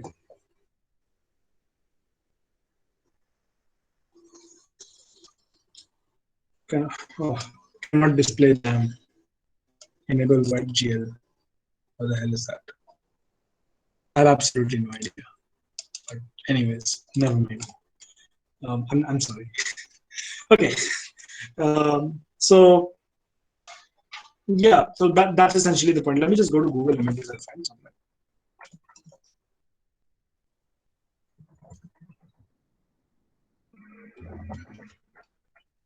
Right. I have two different kinds of data, one the red points and one the blue points. And if I were to fit this linear line in between, right? If I were to, and this is my model, by the way, this is my y is equal to fx, this is my f. If I feed the red point inside the f, even if it doesn't fit on that line, it's going to give me either a negative value or a positive value. So the property of a line is that if you feed in a point that is on the line, it will give you the value 0. If you feed it on one side of the line, a value that is on one side of the line or a plane, it's going to give you a negative value. And on the opposite side, it's going to give you the positive value. So we've already exploited the y is equal to 0 property using linear regression. Now we're going to exploit the positives and negatives. And the only thing that we need to change now is the loss function. Why? Because it's basically the loss function that told me that here is my goal is to minimize this particular value. What is the minimum value that you can achieve? That is 0. So we're basically trying to achieve the property of y is equal to 0, right? But now I don't want to achieve that property anymore. I want to be able to differentiate between, I want to classify the positives as far as possible and negatives as far as negatives as possible. So that's my objective function. Now, how do I define it? So we're gonna check how we do that. I'm gonna start by downloading.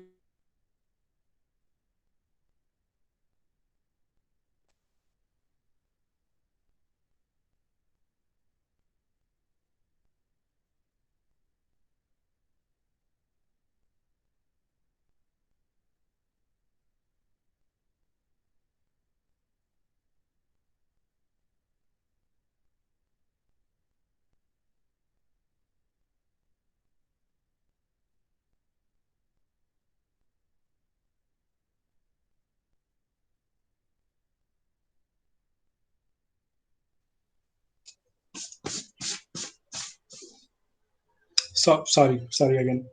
Sorry. I hope I'm back. So I'm gonna be downloading the Kaggle, the Titanic dataset. I just created a new directory, and I'm gonna navigate to that directory, and now I'm gonna be downloading that dataset.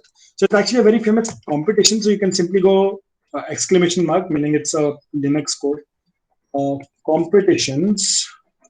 Sorry. Competitions. Download. You're basically downloading competition. C, which basically means for I actually don't know. And Titanic. Let's see if it downloads.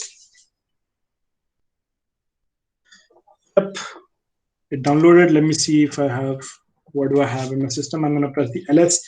Yeah, I have one thing.csv, test.csv, and some other file which I don't care about. Actually, I also don't care about the test CSV. It's actually meant for your own. You actually cannot use it for validation to check your model. By the way, I hope all of you know the difference between training sets and validation sets and test sets. If you don't, please let me know now on the Google chat. I'll help you explain. We haven't used that concept yet, by the way.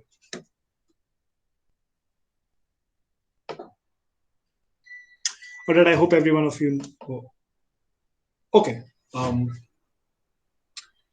So yeah. So Ruchir, validation set. I mean, you must have heard about the test set. I mean, training sets and test sets. It's basically the same. Training set is actually the data that we use to fit our model. So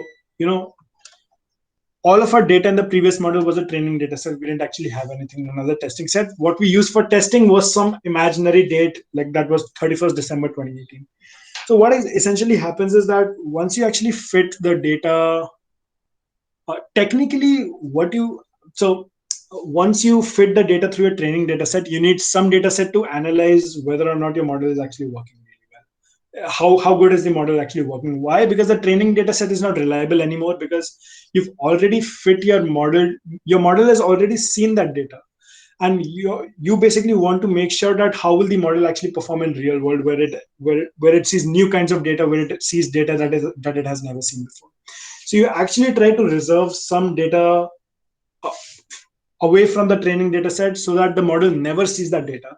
And then once you've trained your data, you actually run your data on that particular data set that the data has never seen, to see how well the model will actually work in real life. Now, technically, testing data set and validation data set are basically the same. Um, so I hope that answers your question. But basically, validation. So testing in this particular case, testing data set is actually does not have labels in it. So we actually will not be able to tell how good the model is actually working unless we compare the predicted model and the actual values, the predicted value and the actual value, because we don't have actual values. So we need to actually take out the testing data set or the validation data set, same thing, from the training data set itself. So we'll be splitting the training data set. Same thing. What I used pandas to read my CSV. I'm going to do the same. I'm just scrolling up because I'm lazy. Let me come down. And I'm just going to go and I don't need all of this, by the way. I'm just going to read in.csv. Right. Let's see how that looks. Yep. So it has a few IDs, name of a person, sex of a person, that is the gender, age. There is something SIB SP. You can actually look at what it actually means. I don't care as of now, but it's all I know. All I care is that it's somewhere between. It's either 1 or 0. So that actually makes sense to me. Parch also means some value. Ticket, fare. What was the price they paid? Cabin. So essentially, basically, you would assume that women are more likely to survive rather than men. Rich people are more likely to survive than poor people. So you need to basically use all these factors to build a model that identifies which person is likely to survive and which person is likely to die in the Titanic accident, of course. So first, I'm going to be splitting them into my training data set and the testing data set or the validation data set. Same thing. Let me just do that. I'm going to name one the train DF, train data frame. And I'm going to name one as a testing data frame, right? It's basically, just copy me, please. Train df.ilog. Um,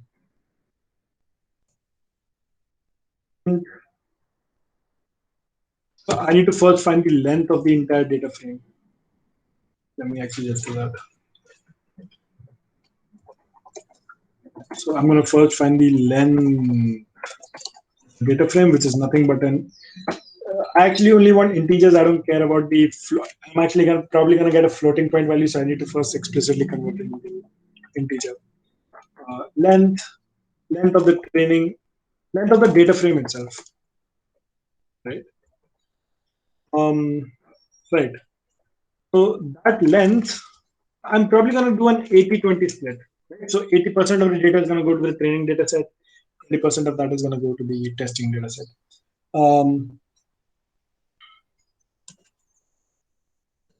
So if you remember slicing from last concepts, that is how we do that.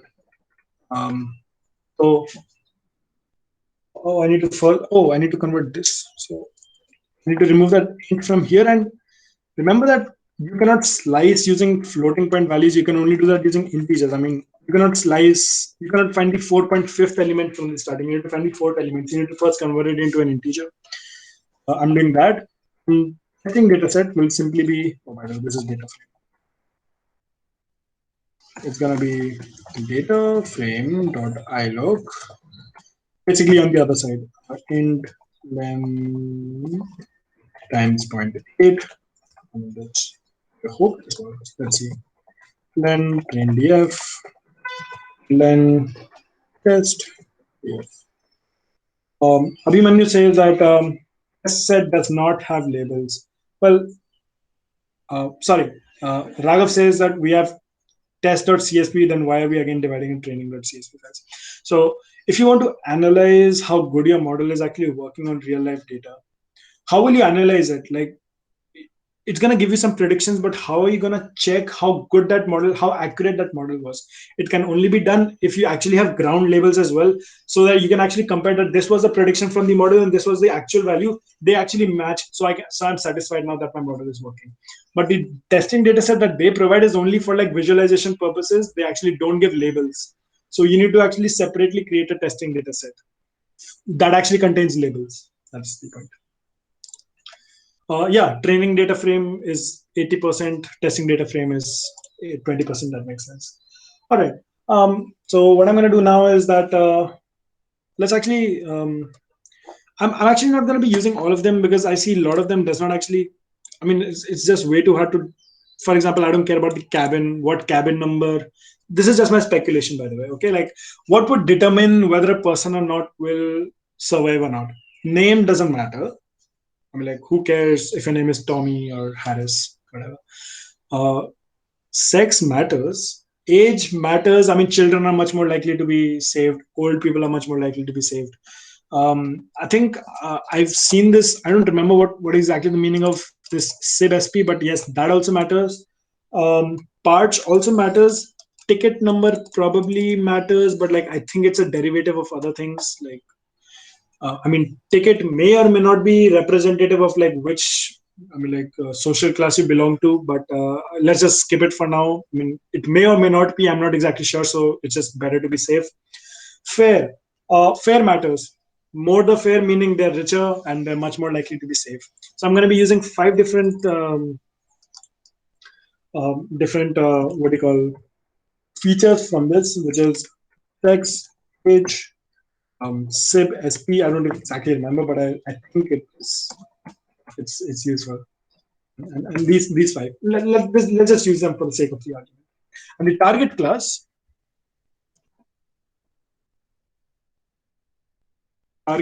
is survived. Whether or not they survive, it's either a zero or a one. Zero means they drowned. One means they survived. Let's actually look at one of these. No, there's a passenger who survived. Of course, they were female because female are much more likely to say to be safe. And she was also probably a rich person because she paid way more than other people, I guess. Similarly, look at this 53. I mean, this person paid a lot more money, and this person also survived. This is a male who doesn't actually have a lot of money, so he drowned. I mean, you clearly get the idea, right? Let's actually go ahead and code them up. So I'm just going to be writing all these features in a particular list so that I can use them. Sex, age, right?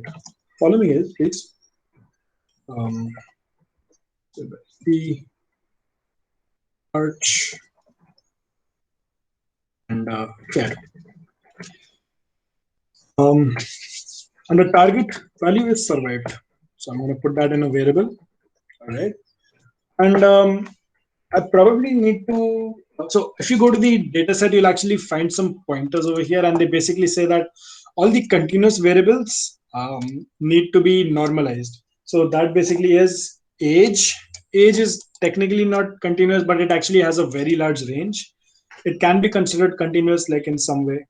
And fair is like fair can be as low as like I don't know what's the minimum $0 up all the way up till $150. So you need to find some way to actually make them all comparable. Like 0 and 100 are definitely not comparable, and it's going to create some bias within your data.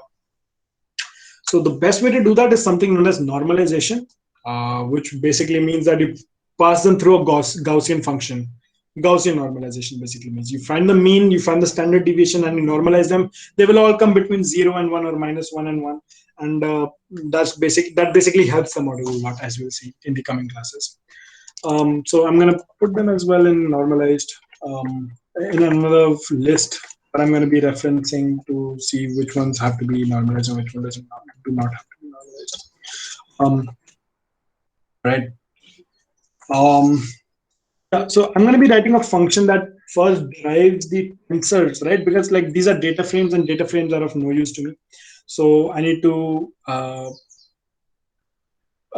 basically derive tensors from that because PyTorch only understands tensors. So I'm going to write a function that says get tensors from data frame. It's going to take the data frame itself as the input. It's going to take whatever features we want from the data frame. What is the target variable? What is the norm? What all do you want to normalize? Probably.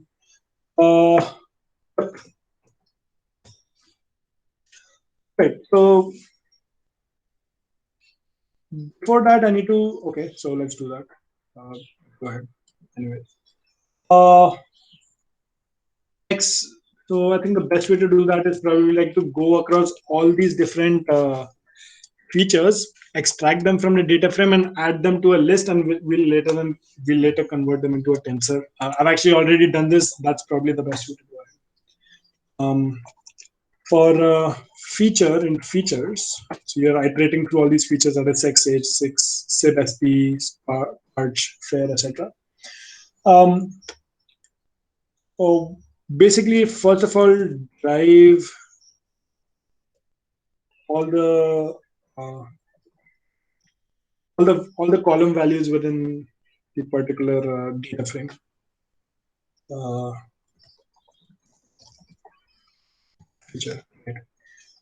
One thing that we need to take care of is that uh, feature has to be normalized.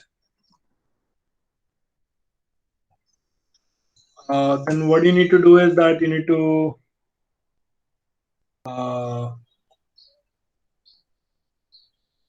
let's define a function for that. F normalize. Why am I actually writing all of these? And you must be actually getting, I don't know if you're getting bored or not, but it's actually going to help you a lot to actually, how do you actually deal a problem from scratch? Like these are the challenges that you have in front of you. How do you deal with those? I mean, this is exactly what you can learn from all this. So I'm actually like going at the very basics and like trying to solve every small problem. It's basically good engineering. That's it. And we are all engineers. So, I mean, probably have to do that. I'm going to have X, which is going to be what? A list, by the way. I've created a list as of now. So, I mean, feature values have to be converted into, have to be normalized, right? But feature value is actually a list. How you can't actually find them.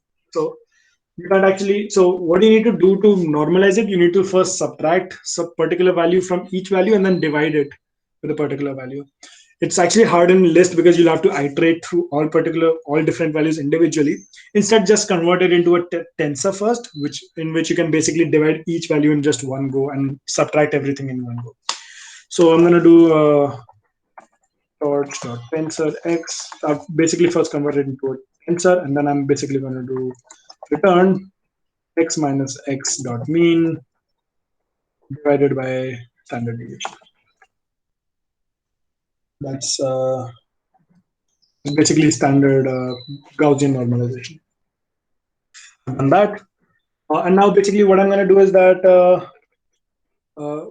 I'm going to be appending all these particular values to this particular list, which I'm going to convert it into a tensor later on. So I'm going to basically x.append feature values. Oh, of course, I need to first convert it into a tensor. Feature values. Right. Finally, I'm going to be done with that. What else? Divide by standard. Oh, I'm sorry. Of course. Thank you. And I need to do the similar for y, but I don't need to do anything. I don't need to normalize. I don't need to iterate through different values. I'm just gonna go y is equal to torch.tensor. And what is the column in which it exists? It's actually, I've defined it in target. So I'm just gonna go inside the data frame inside the column that I care about. And I only care about the values. I don't care about so you can't. Tensor actually expects a list and not the torch.tensor expects a list and not a data frame column. So you need to convert it into a list. Dot values converts it into a list. And I'm gonna simply return.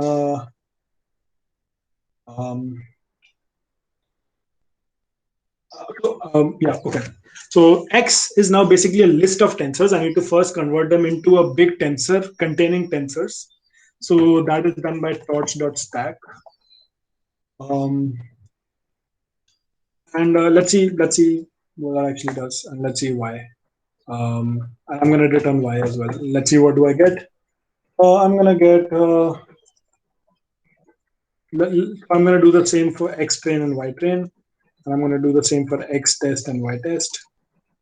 That is how I'm going to get tensors regarding them. I'm just going to do get tensors from data frame. In df, else you need? Features, target, normalize. Yep. And the same for testing as well, except it's going to come from the testing data set. Test df. Let's see.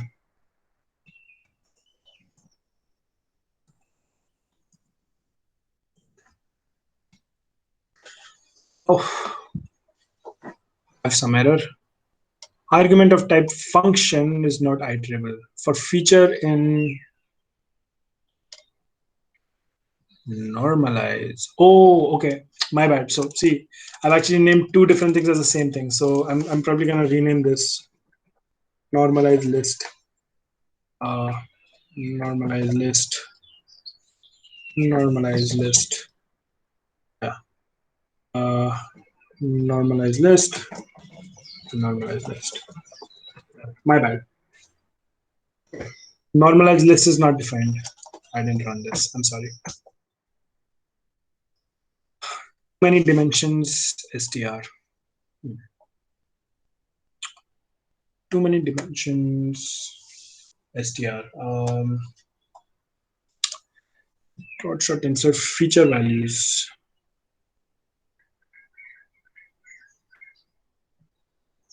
What exactly is my feature value? Let me check. Oh, sorry. DF features. So I missed that. We'll run it again. Okay, now it's something. Many dimensions str again. So that hasn't gone as of yet. Oh no, this won't change. Feature and feature normalized list. So feature values. Let's actually check what do you actually get. So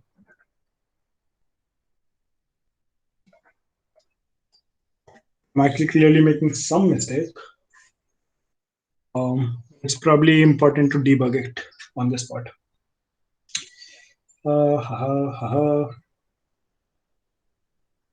And guys, help me if you find something.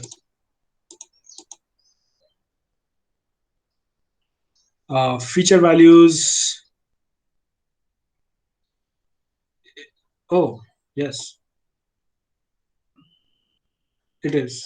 No, but it may or may not be part of what do you call it, like what in case like you don't want to normalize, like if nothing exists in normalize, what about those which don't exist in that letter? So torch.tensor on top of torch.tensor doesn't make any difference, but it will definitely make a difference for those which does not which are not tensors yet. Where no, there is no else, sorry, no else. Right, let's check. Feature list, df feature. Let's see. Df train features 0. Df train is not defined. What the hell? Oh, train df.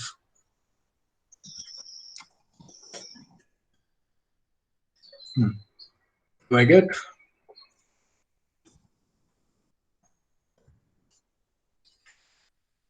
Yeah.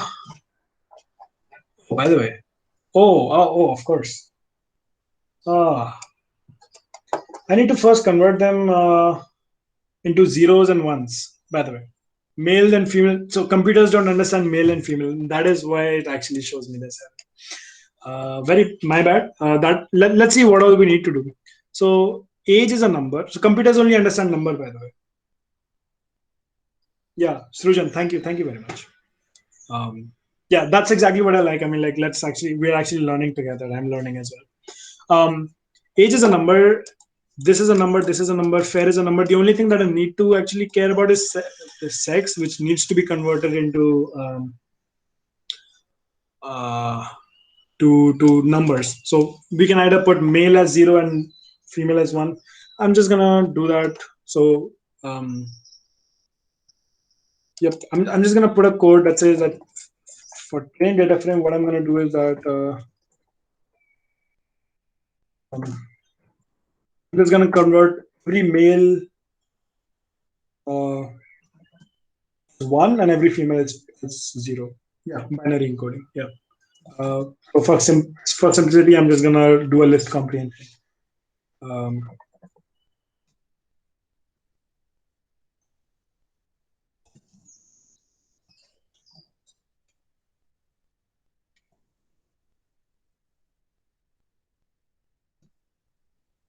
Every male has now been converted into a 1, and every female will be converted into 0.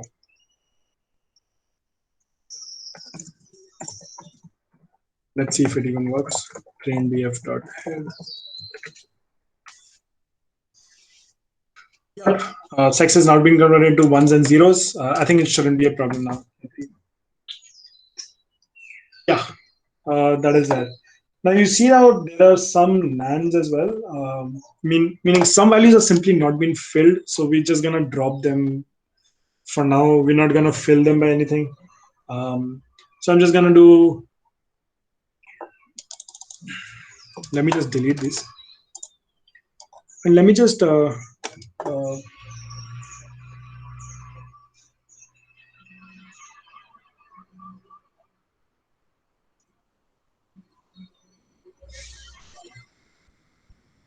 Yep. So I'm just gonna drop all these different values that contains these nans, which will basically be a headache for me because computers also don't understand nans. So, oh, but oh, do you think I need to do that before? Yeah, I need to do that before that. So I'm just gonna drop. So before actually converting it into tensors, I need to first drop them. So that's basically ndf dot drop na. Yeah, and for test.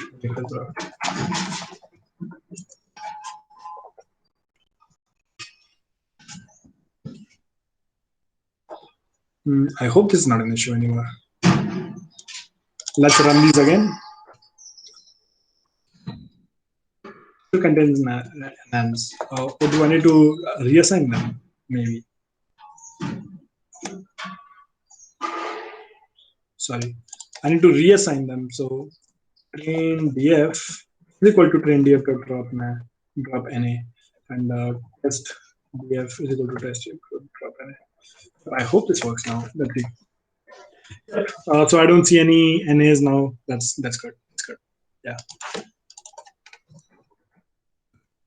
So this is my pre-processing basically. Oh, sorry. This is my pre-processing basically, and now basically I have all my data. I can simply now convert, like run them through what do you call my linear regression model, and all I need to do is basically change the loss function, and I'll tell you how to do that. Right. So I'm going to be actually teaching one another concept which is known as a data loader. Oh, so just something, I think it's probably better to teach it right now. Why not? So what is a data loader? Data loader is basically that a class in PyTorch which first of all breaks down all of your data into smaller chunks. Why do you need to do that? Is because a lot of time, as we're going to see in the upcoming labs, you can't feed all of the data at once into your model. That is exactly what we did in our previous lab, right? I mean, in a previous problem, we basically fed all our data at once into our model. You can't do that in real life because sometimes you have way too big of a data. So for that, data loaders are basically classes which will first of all break them into chunks and basically feed one chunk at a time. One chunk at a time. It also has some additional capabilities. It can also feed your data inside the GPU and stuff like that, but we're going to see that later on. So as a compulsory step like that, we're going to use every time. Let's actually just do that. It's actually just learn how to do it right now, and then we'll probably just use it as a default every time from now. Data loader. We're going to talk about like what data loader means. So first, data sets X train and X Y need to be converted into data loaders.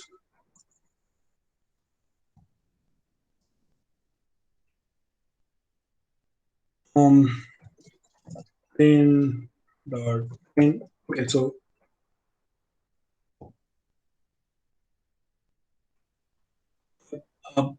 right, so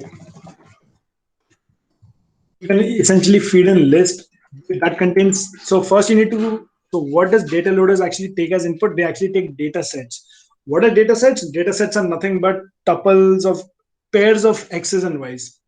So you need to first convert. You actually first need to make that.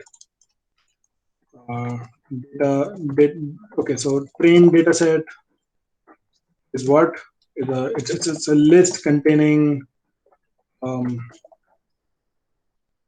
all the pairs of x's and y's. So train y train. Uh, yep. And similarly for valid for the testing data set, test data set is nothing but list of x test, right? Right. So data loader will now actually take in the train data set itself. Right? What else does it take? Yeah, what is the batch size? Meaning like what size of chunks do you actually want inside your model? So by standard, it's actually it's a power of 2. So I'm just going to choose a standard number like 16. It's actually called a batch size. We'll talk about it in depth later on. So then I have the testing data set, which is also going to be something similar. Test data set. The batch size technically should be double the size of the training data set, but for now, for simplicity, I'm not going to explain why. It's just way too much of cognitive overhead for you guys. I've done that. Now, one really good property of data loaders is that it basically makes the API much more simple. We're going to see how to do that. So now I'm basically going to be defining my API as I did for in the previous problem. I don't like repeating code as such, so I'm just going to define functions. What do I first need to do is I need to first calculate the gradients. I need to first pass it through the model, pass my data through the model, calculate the loss, and calculate the gradients. So I'm just going to write a function for that. X, Y model. X's and Y's are basically batches of data or like small chunks of data, by the way. So it's basically head is equal to model X, loss is equal to some loss function. It contains a head as well as the actual one. Now, what is this loss function that I'm talking about right now? Let's actually define that. Whatever that.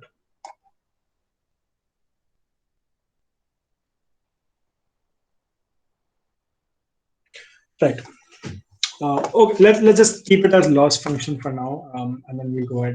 And then we'll calculate the gradients, which is done by nothing but loss dot backward. Simple. We're done with calculating the gradients. Next, what we need to do is that we need to let's actually define how one training process will go on. So one training iteration is also called an epoch. So train epoch. It's gonna take model learning rate and grams. I've actually just written this. I'm just copying it down for 1 second. And you can analyze this over the week, right? Try to analyze this, like why exactly I've done something, and try to practice it on your own. I'll be talking about that as well. Right. So one good thing about data loader is that you can simply iterate through it uh, as a generator, as an iterator, and it will give you x's and y's, batches of x's and y's very conveniently. NDL. First, calculate the gradient. Basically, pass it. Basically, pass the model, pass the data through the model, calculate the loss, calculate the gradient. Now I need to update my steps. So for that, I'm just going to do for so I've also passed in parameters, which is basically W or and B. So I'm just going to iterate through them, and I'm basically going to do data minus equal to LR learning rate. We've already seen this why. And as an additional step, as I told you, we need to zero out the gradient. So I'm just going to do that as well. Just copy me on this one, and we'll probably explain why we need to do that. Next, we need to actually define a function that tells me what accuracy I have. So I'm going to do that. What is the accuracy on that particular given batch? Right. Right. Basically, we'll talk about that as well. Let me just do a pass on this. And this is for the training data set, so I'm going to need one function for the validation function as well, or the testing data set, the same thing. Basically, I'm going to do I'm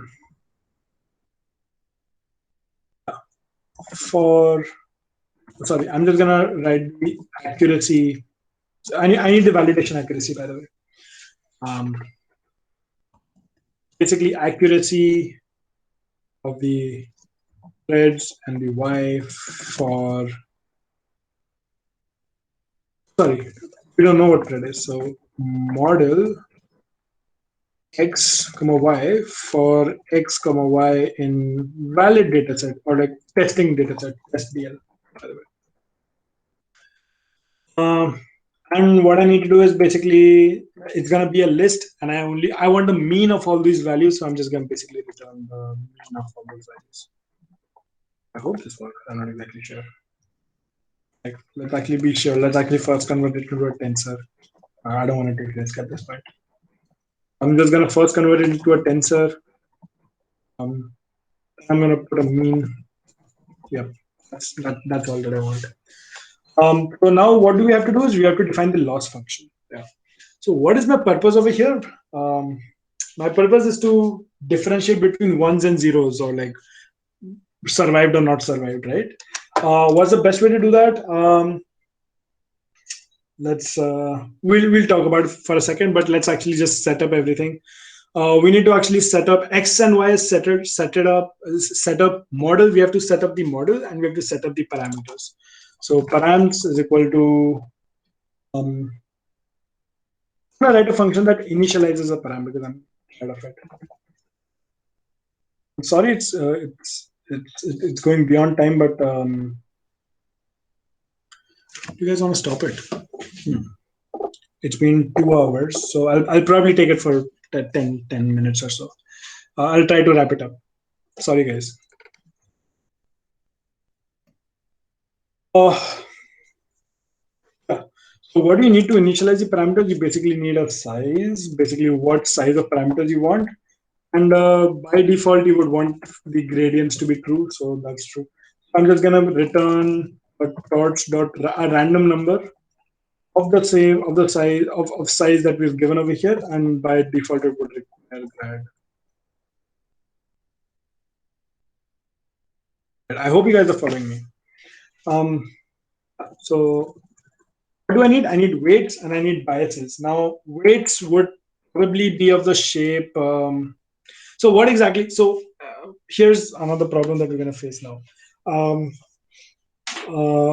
We basically, W was only one number in the previous problem because X was only one number. But now each X contains 5 numbers now. So we need 5 different W's for that. If you see, like it's basically linear modeling, but in the 5-dimensional space. So instead of Y is equal to WX plus B, now I have Y is equal to W1x1 plus W2x2 plus W3x3 plus W4x4 plus W5x5 plus the bias. Yeah. So this is my model. So I need to initialize 5 W's on 1 B, right? So W is going to be which is going to be 5 different values, right? Bias is going to be 1 value.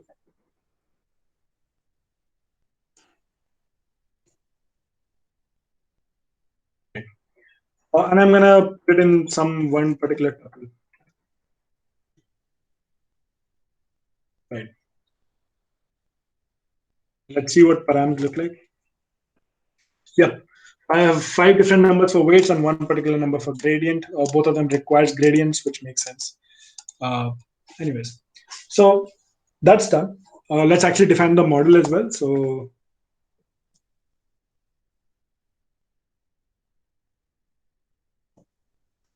basically a linear model, but here's a trick. Let's actually talk about what logistic regression actually means.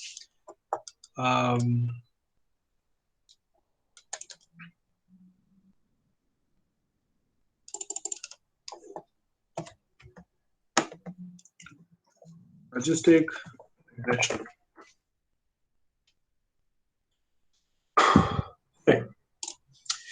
This that you see on the right side is actually called a logistic function. It's actually a function that is defined by this formula 1 divided by 1 plus e to the power some number times x.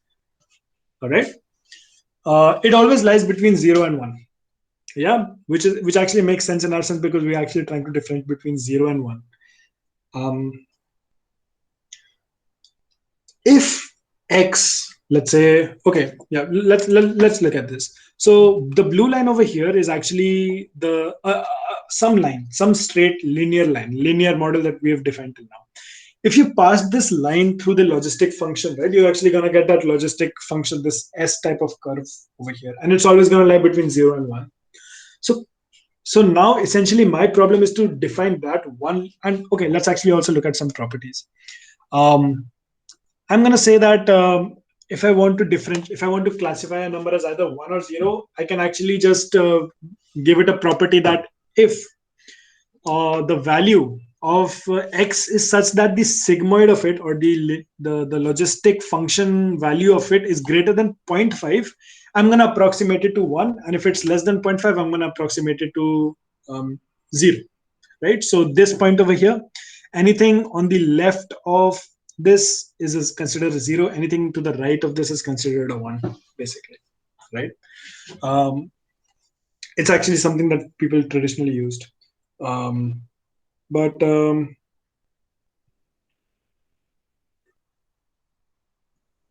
anyways,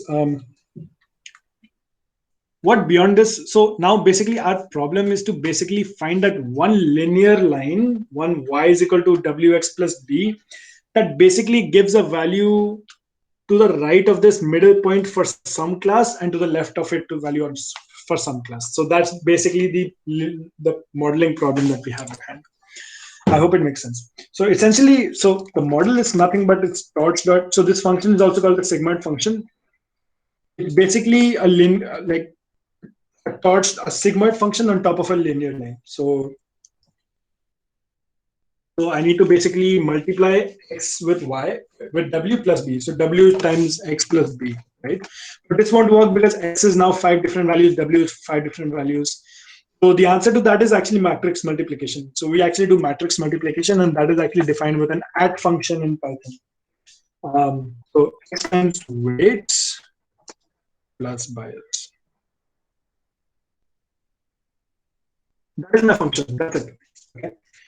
The good thing about this is that basically, if my linear function gives, so let's say this x is, let's say 2. If my linear function predicts the value of something, of whatever data feed it as 2.1, I'm going to basically get the prediction that the person survived. The category is 1. If it gives 1.1 or anything less than that, it's going to give me 0. So that's basically the modeling problem. So essentially, the only problem that we have at hand is the loss function that we have to do. Right. So let's. I don't actually want to take more time. Let's actually continue this in next lab session. The next lab session is basically going to be a continuation of this, and yeah. So I'll see you guys next time. We'll continue from this point.